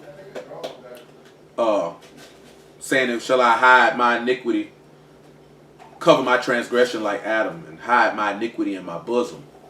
This is Yahusha, this is Adam taking on the sins of others, accepting that fate, that it's the will of Elohim for me to die, that others may have life, that others may be spared. That's how you're supposed to look at your wife. You know what I'm saying? That I accept that my fate is to live for her, and if need be, lay my life down for her. You know what I'm saying? Revelation 21 and 7. A lot of people say they'll die for somebody, but a lot of them ain't gonna do it because you don't even love them for real. And it's so forth for how you deal with them. You ain't gonna die for them. Revelation 21 and 7. He that overcomes shall inherit all things, and I will be as Elohim, and he shall be my son. But the fearful, you got to remember this now. You ain't no son of Elohim with no fear in you. Because perfect love cast out fear, because fear hath torment. That's why he say, I ain't terrified by the families when they come around here, man. Fear hath torment. He that hath fear is not made perfect in love. You ain't got no complete love towards Elohim, and you got fear in your heart. You should know from the book of Nehemiah. Nehemiah said they try to cause me to sin by causing me to fear. That's a transgression against Yahuwah to have fear in your heart. How many times he tell you in that law to fear not? I shall fight for you. Fear not. Fear not. Fear not. That's the instruction he gave you, to have no fear. You got fear in your heart. Love Elohim ain't in you. But the fearful and unbelieving and the abominable and murderers and whoremongers and sorcerers and idolaters and all liars should have their part in the lake which burn with fire and brimstone, which is the second death. See, I'm going to tell y'all something right before we read this 2 Timothy 1:7. When I go to dealing with a woman, right, I sit back and I look her in the face and I tell her something. I say, you know these white folks probably going to come kill me one day, right? And I say that to them because I want to see their reaction. And I be looking in their eyes. I'm looking at their body language and I'm looking in their eyes. I don't care what they say out their mouth. You know what I'm saying? Because I'm looking to see if I see fear. You know what I'm saying? Because if you scared, then I ain't the man for you to deal with. Because 9 times out of 10, the people probably going to come for me and kill me. You know what I'm saying? Straight up and down. When it get real and they start turning their hearts and minds to the Kadeshim, and we around here preaching Mashiach, and this beast out here pretending to be Mashiach, and we preaching against it, 9 times out of 10, they going to probably come and kill me. You know what I'm saying? And if I'm with a woman who's fearful of that, she going to turn and she going to take down the whole ship. That it's not only going to take my life, but it might take the life of others. So can't be with no woman who's scared of that. If she got fear in her heart, or you ask me, why you say that, or why I like this here? Oh yeah, you ain't cut for this. You know what I'm saying? 2 Timothy 1:7. Because that's serious matter. I remember I told that one woman I met with me, I said, man, you know that the Hebrews ain't going to like us and the Christians ain't going to like us. You can deal with that. She looked at me crazy. Oh, you can't deal with that? You can't deal with people not liking you? I might not be for the nigga for you to be around. You know what I'm saying? Because people not going to like you. And these people probably going to kill me. Does that offend you? 2 Timothy 1:7. Because, you know, a lot of people say, you know, they want to be the wife of a preacher because of what they see with Christians. You know, that prestige and all that type of stuff. Now, it's real in the field. It's real out here, B. You know what I'm saying? If you with a real servant of Yahuwah, it's real out here. These people going to come kill your husband one day. They might lock him up. They might beat him. Does that offend you? Will that bother you if men go to talking very, very badly about your husband? Will that offend you? Or will you understand that you ought to rejoice because his name is written in Shamahim? And therefore you be an extension of him through prayer and supplication and the manifesting of the word unto you, that would have you prepared to be able to bear the same thing that your name be written in Shamahim. For Elohim have not given us the Ruach of fear, but of power and of love and of a sound mind. Be not therefore ashamed of the testimony of our master. You don't need to be ashamed of that. Why you think I preach him so hard and manifest it everywhere that we go? Not to manifest no knowledge, not to seem like I'm just some great individual, but because I'm not ashamed of that. I have no problem preaching that in the earth that a man might believe it and that they might be saved. Or those who are evil might hear it be a snare and a trap, and y'all take them right the way he wanted to go, which is in the lake where the worm dies not and the fire shall not be quenched, because they have not believed the words of the living Elohim, nor believed in the prophet whom he has sent, whose name is YAHUSHA HaMashiach. I'm not talking about myself. He said, in the testimony of our master, nor me his prisoner, be there a partaker of the afflictions of the gospel according to the power of Elohim. I know it might think that I just read this verse 8 for no reason, but it's going to tie back to what we finna go back to Job and read. This man told you to be a partaker of the sufferings of the gospel. Take that on. You know what I'm saying? Let's go back to Job 31 and see why I said that. We finna wrap this up in Job. I think I done pretty much hit everything I need to hit in dealing what we were springing out in Ephesians, right? But we want to finish this up in Job, but we still got something that I want to knock out in Romans chapter 5, because we still holding that, and we holding Proverbs chapter 7. Proverbs chapter 7 has a statement, and I just want to manifest that statement because when I seen it posted, you know what I'm saying, my mind went to Stern, and then the young man who we spoke with today went to speaking along them things on the same line, and then I seen it again. We're posting, and my mind went to Stern some more, and a couple things came to my head, and y'all willing, I'm going to share it with you before we depart.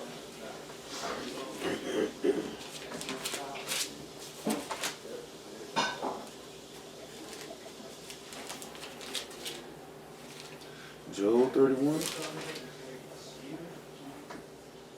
and verse 35, right? It says, oh, that a man would hear me, and that my desire is that the Almighty would answer me, and that my adversary had written a book.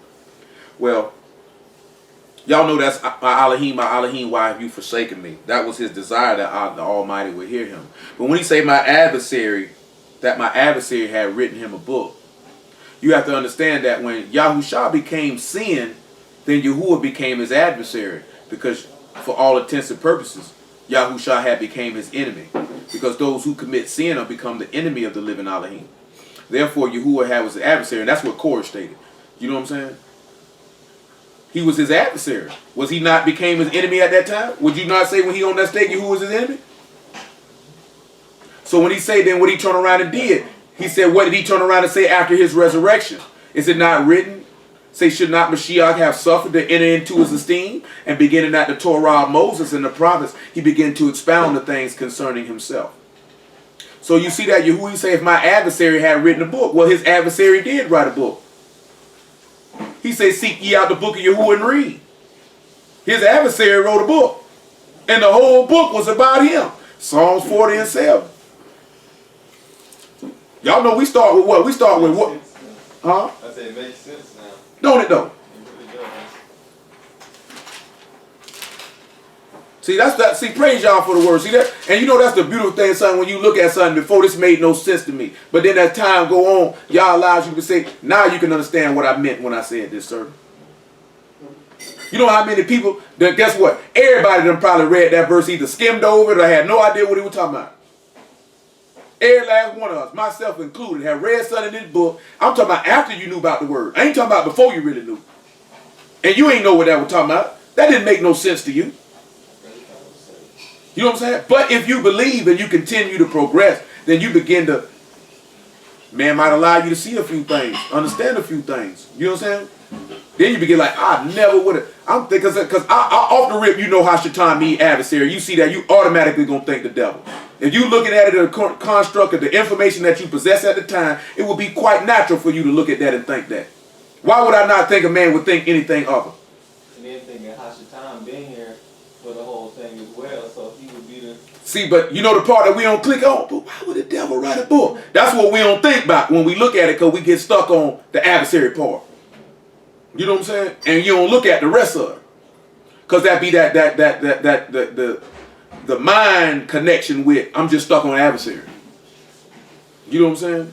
But we not actually sitting back looking at Yahuwah. Remember how back he say what? Right judgment don't go forth. You know what I'm saying? Or what about in the song? He say, he's become my enemy. You know what I'm talking about? And now we turn around and see that Yahuwah became Yahusha's enemy. I got to, because I told you I would kill you as one man in Numbers 14. So I'm going to kill that man. I don't like him right now. You know what I'm talking about? Because he's everything that you is. Y'all don't sit back and realize this man. You don't see how much this man love you? That man became a sodomite because of you. Not that he committed sodomy, but you did though. So he had to be a sodomite. He had to be a lesbian. He had to be a whoremonger. He had to be a fornicator. He had to be an idolater. He had to be a thief. No, we had to do that because you got smart niggas. You got smarty art niggas. You know what I'm saying? I had to throw that in. He just said the Mashiach was a sodomite. No, nigga, you were the sodomite. You know what I'm talking about? He became a sodomite because of you. Not that he wanted no boy booty. You like boy booty. I had 2 sodomites in my car last night. They were going hard too. On to us. You know what I'm saying? You was lascivious, so he became lascivious. It said, see, we don't sit back and look at it that way. He said he took the sins on of all men, right? So that means every single solitary act you committed, he became that. So therefore, he had to take the wrath of every single solitary sin written in his book. Now, how many people gonna be willing to do that? This man say, I ain't never thought about touching a boy, but I'm gonna take your sodomy on though. And I'm gonna die for you being a sodomite. Nigga, I don't like boys, nigga. How many of y'all gonna go get kicked, say, I'm gonna become a sodomite to save a sodomite? I'm gonna become a whoremonger to save a whoremonger. I'm gonna become a liar to save a liar. I'm gonna become a thief to save a thief. I'm gonna become a murderer to save a murderer. I'm gonna become a blasphemer to save a blasphemer, because that's what that man did. Then he took all that iniquity you did and hid it in his bosom. And said, I don't even remember that. I don't know what you're talking about. That's if you believe and obey those. You know what I'm saying? Then that man look at you. Man, I used to mess with boys. I don't know nothing about you messing with no boys. I don't know what you're talking about. In his eyesight, you a new creature. All old things have passed away. I don't know nothing about that. Say, I will remember it no more. Ain't that what he said? I mean, it's gone. That's love right there. He said a man wouldn't dare die for a good man. Psalm 47. Make it verse 6. Make it 5. Praise Yahuwah. Y'all all right? It's about 10:30. Everybody cool? Y'all hear me? Okay. Many, O Yahuwah my Elohim, are thy wonderful works which thou hast done. And the thoughts which are to us war, they cannot be reckoned up in order unto thee. For if I would declare and speak of them, they are many more than can be numbered. This man done did so much stuff for us, man, we can't even mention it all. You can't even speak on the many works and the salvation and the love that he done showed towards us. It's never ending. Of course it would be never ending since Yahuwah is self-sustaining and self-existent. This man span never lived. That man said, I lift up my right hand to Shamahim and say I live forever. So don't you know if he lived forever, his works can't be numbered? Sacrifice and offering thou did not desire, my ears hast thou opened. Burnt offering and sin offering hast thou not required. Then said I, lo, I come in the volume of the book. It's written of me. I delight to do thy will, O my Elohim. Yea, thy Torah is within my heart. Say, oh, if my adversary had written a book. So he did. Just like I told the young brother today, right? That man told you, guess what, right? Search these scriptures. Because you think because you keep some Shabbats and don't eat no swine, you got eternal life. He say, no, nigga, these things here talking about me. And you ain't coming to me that you might have life. He say, but don't worry. I know you. The love of Elohim ain't in you. Don't worry about it.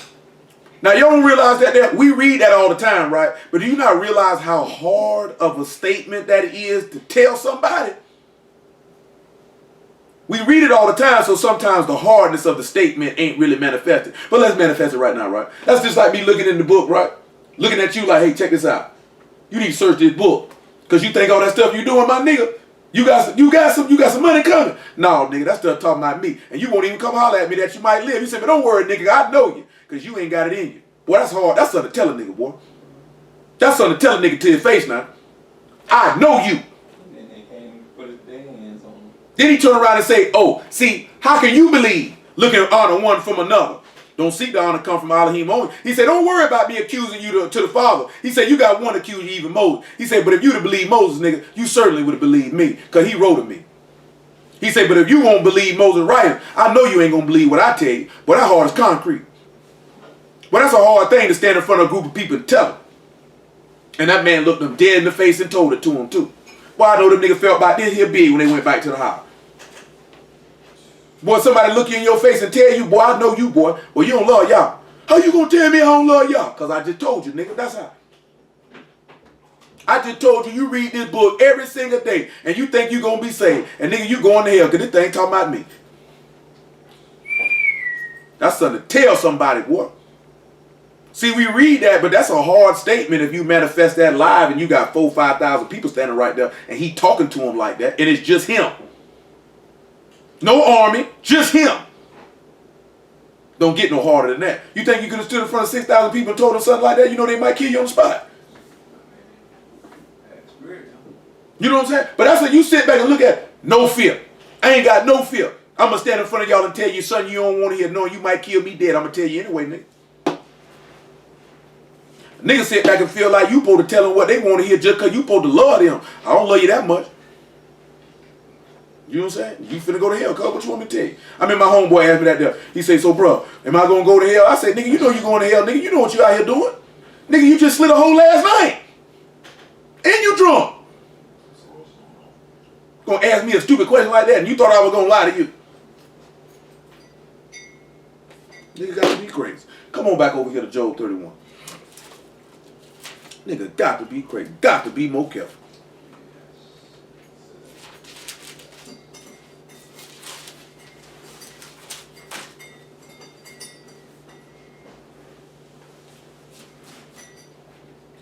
So when we look at verse 36, he says, surely I would take it upon my shoulder and bind it a crown as a crown to me. And I would declare unto him the number of my steps as a prince would I go near unto him.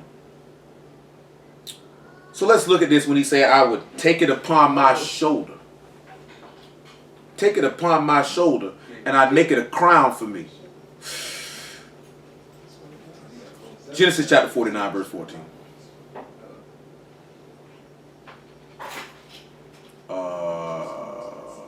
Job chapter 19, verse 10.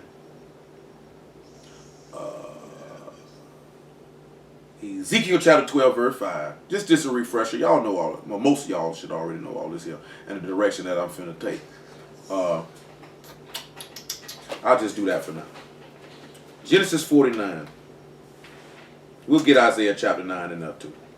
He said he would take this book and bind it upon his shoulder and he would make it a crown.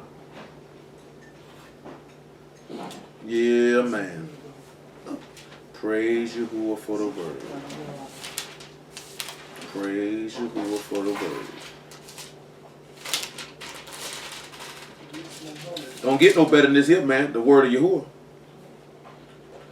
That's better than all the riches that anybody can come up with. Genesis 49 and 14. Issachar is a strong ass couching down between two burdens. And he saw that rest was good, and the land that it was pleasant, and he bowed his shoulder to bear it. He became a servant under tribute. So Issachar, Elohim is giving me my hire, and he said that he would bind it upon his shoulder so it could be a crown for him. So he's sitting back looking at it. If you bear this cross, then you just might get something. You might just get a payment, and that payment is rule, right? Well, let's take a look at something, right? Let me look at Ezekiel 12 and 5 first. Ezekiel 12 and 5. Because he said, as a prince I would go near unto him, right? You know what a prince is, right? Didn't Adam, even after Adam heard from you when he put them fig leaves on him, right? But then after that, what did he go? He came near to him, didn't he? Well, you just did that there like that was very refreshing. It was intense. You just took that. I say either that tasted real good or you took a dump that you were holding for a long time. Just opened me all the way up. Okay now. No, in my I know your nostrils like this here, like this. Hey man, sound like you just talking about releasing some bowels there. It's a little too much information.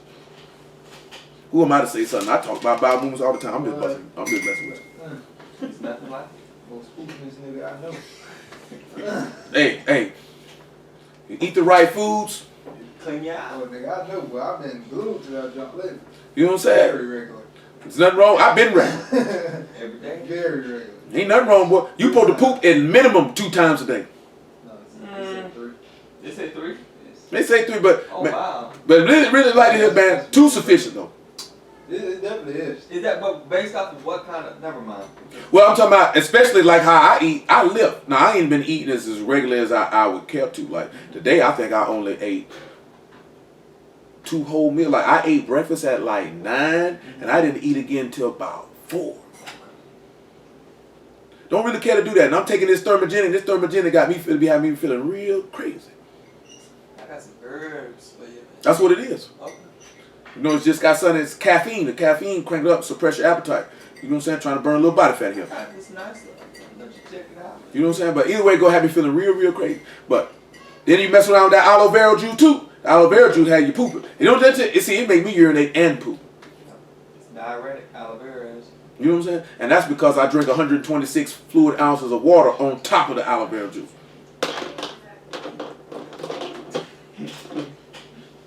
Hey, I'm just saying to tell you, man. Keep your skin fresh. Either way it go. Cause like this here, cause I'm regular, that's why I don't look my age. Them people like this here, man. You know that them niggas ain't be regular, niggas look old and they breath stink. Cause I told y'all before, boy, if you don't poop, boy, that stuff got to come from somewhere. Start coming out your pore and out your mouth. Nigga, I do be pooping, that jump still come out there. Well, Okay now. Ezekiel 12, I'm just gonna motor on past that one. Ezekiel 12, I'm just gonna motor on past, just gonna jump on my moped, just keep on going. Your gas be smelling like straight death. Woo-woo. 12 and 5, Ezekiel now. Leave one room, go choke. Hey, we gonna let that go, man. Ride on past, man. Just pedal. Just pedal. Just pedal. Just pedal past that one now. Because if we keep on going, it's gonna get even worse. Just gonna pedal. Say, dig thou, let me read verse 4. Then thou shalt bring forth thy stuff by day in their sight as stuff for removing. And thou shalt go forth even in their sight as they that go forth into captivity. Now, something just came to my mind with this here. He said, you need to bring forth stuff by day for removing. And that you should go into captivity in their sight. Now, what do y'all think about when he says this here? Being humble. Listen when he say that there are things, say, bring forth thy stuff by day as stuff for removing. Now, what y'all think about that? Stuff for removing. He's saying you shall go in captivity in their sight. Humility is correct. That's just not what I'm going for right now. I'm thinking bring your sin by day, bringing what's done in dark to the light, and then you're going to remove it. Yep. And then you go into captivity. We're going to sit back and look at it. Now you are the master's prisoner. Let's look at something. 1 John 1:7. Indeed, that's the literal aspect, and we done looked at it like that before. Now and that's correct. It's just now, it just suddenly came to my mind to look at this differently than we have before. Go ahead, Kira. That was you, Kira. Yeah. 1 John 1:5. Because that's correct. That's exactly what that's talking about. That's why we came there for it, so that he bearing that on his shoulder. But 1 John 1:5. But we just want to look at it different. When he's telling you to bring this stuff for removing, when this man was coming to bear that, he was coming to remove sin. So now we're going to sit back and we look at it when we get to Luke chapter 9. That means the things that are in us that need to be removed, you need to bring that for the removing so you can go into captivity or become the master's prisoner or a slave. This then is the message which we have heard of him and declare unto you that Elohim is light and in him is no darkness at all. If we say we have fellowship with him and walk in darkness, we lie and do not the truth. But if we walk in the light as he is in the light, we have fellowship one with another. And the blood of YAHUSHA HaMashiach, his son, cleanse us from all sin. If we say that we have no sin, we deceive ourselves and the truth is not in us. If we confess our sins, he is faithful and just to forgive us our sins and to cleanse us from all unrighteousness. So when you remember that Hebrews 12 and he say, let us lay aside the weight and the sin that easily beset us and run the race with patience, or how Paul tell you to mortify your members and to put away from you lying. And look at that Ephesians 5. I'll just read it to you. So when we look at this here and you talking about I'm going to bind this book upon my shoulder that it could come a crown to me. In order for you to receive that crown of life, you need to bring that stuff out for removing. It's time to remove them sins out your heart. Get rid of them. What it is? Ephesians chapter 5. It's Ephesians chapter 4. My apologies. Ephesians 4 and 24. Ephesians 2 and 24. 4 and 24. Everybody all right? Everybody cool?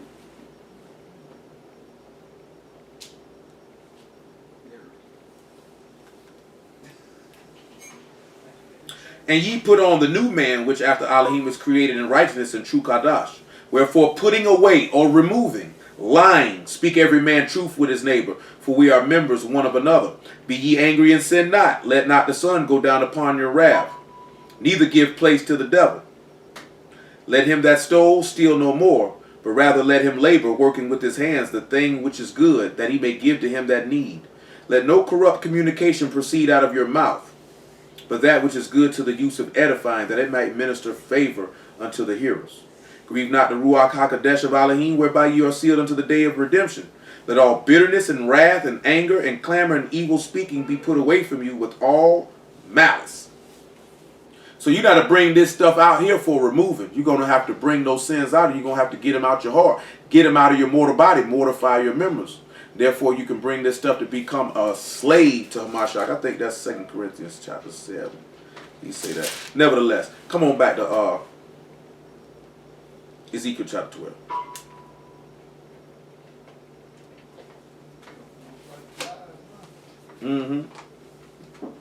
Sometimes maybe we call him back and he don't even go off. I make sure y'all hear me though, because I know sometimes you get frustrated they can't hear. Lately that thing just been they don't hear nothing.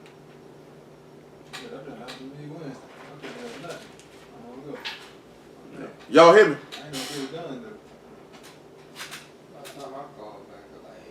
Hello? I think it's doing it now.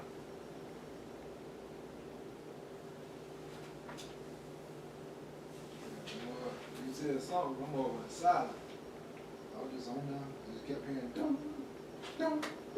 That's why I'm saying that, and then nobody don't really let me know that they can't hear. There are 2 participants. Because 9 times out of 10 they couldn't hear. Please announce yourself. And then nobody don't say nothing. All right, y'all hear me? Yeah, y'all got to say something if it goes out. You got to text me to let me know something if it goes out and you can't hear. Y'all was hearing me the whole time?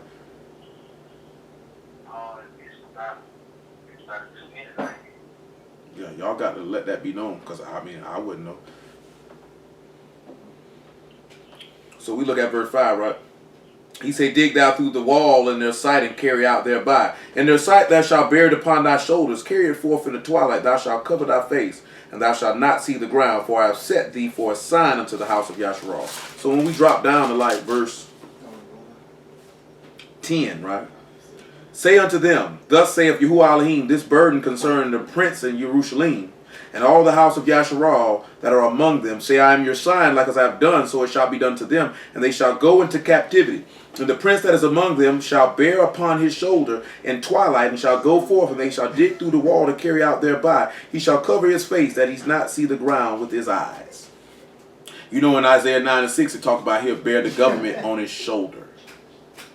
So when we look at all of these things, and he talking about binding it on his shoulder, Luke 9 and 23.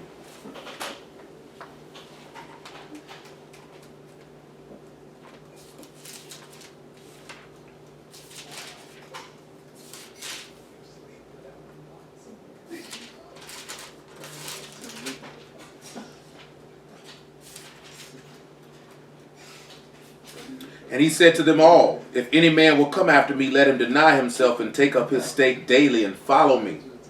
For whosoever will save his life shall lose it, but whosoever will lose his life for my sake, the same shall save it. This man told you in the book of Revelation that if you overcome, he'll give you a crown of life. Paul said there's a crown laid up for me because I fought the fight of faith. Therefore he be crowned. Now, didn't it? I think I'm going to say that Proverbs chapter 7 verse 4 for on tomorrow. You know what I'm saying? So when we look at what Job is specifying, and he said, as a prince I will go near unto him.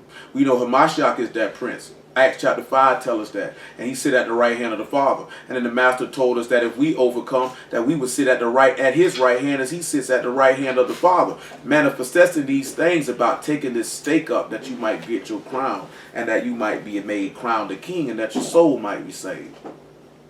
But you know what? How we want to sit back and be able to conclude this matter.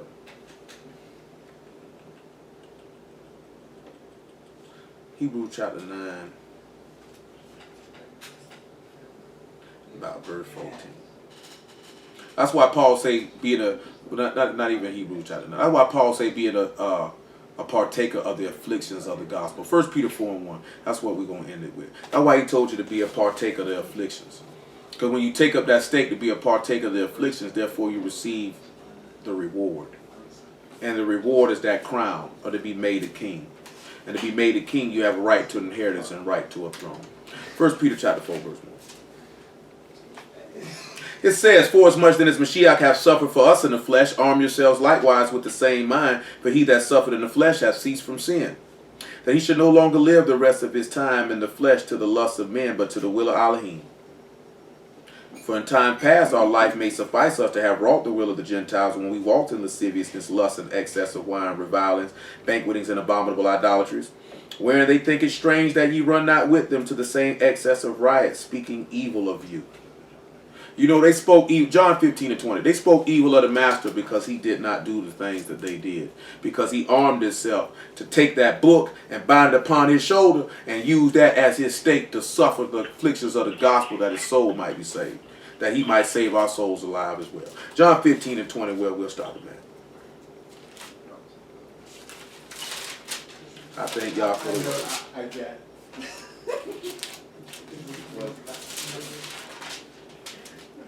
Remember the word that I said unto you, that the servant is not greater than his master. If they have persecuted me, they will also persecute you. And if they kept my saying, they will keep yours also. But all these things will they do unto you for my name's sake, because they know not him that sent me. If I had not come and spoken unto them, they had not had sin, but now they have no cloak for their sin. He that hate me, hate my Father also. If I had not done among them the works which no other man did, they had not had sin. But now they both seen and hated both me and my Father. But this come to pass, that the word might be fulfilled that is written in their Torah. They hated me without a cause. But when the Comforter is come, whom I send unto you from the Father, even the Ruach of truth, which proceed from the Father, he shall testify of me. And he shall also bear witness, because you have been with me from the beginning. So hold on, look at that 2 Thessalonians chapter 2, verse 13. He said you've been with him from the beginning. Let's just see what Paul say about it. He said you've been with him from the beginning. From the beginning. From the beginning. 2 Thessalonians 2:13 says, but we are bound to give thanks always to Elohim for you, brethren, beloved of the Master, because Elohim have from the beginning chosen you to salvation through sanctification of the Ruach and belief in the truth. Hallelujah for Yahusha in the word. I hope y'all understood all of that.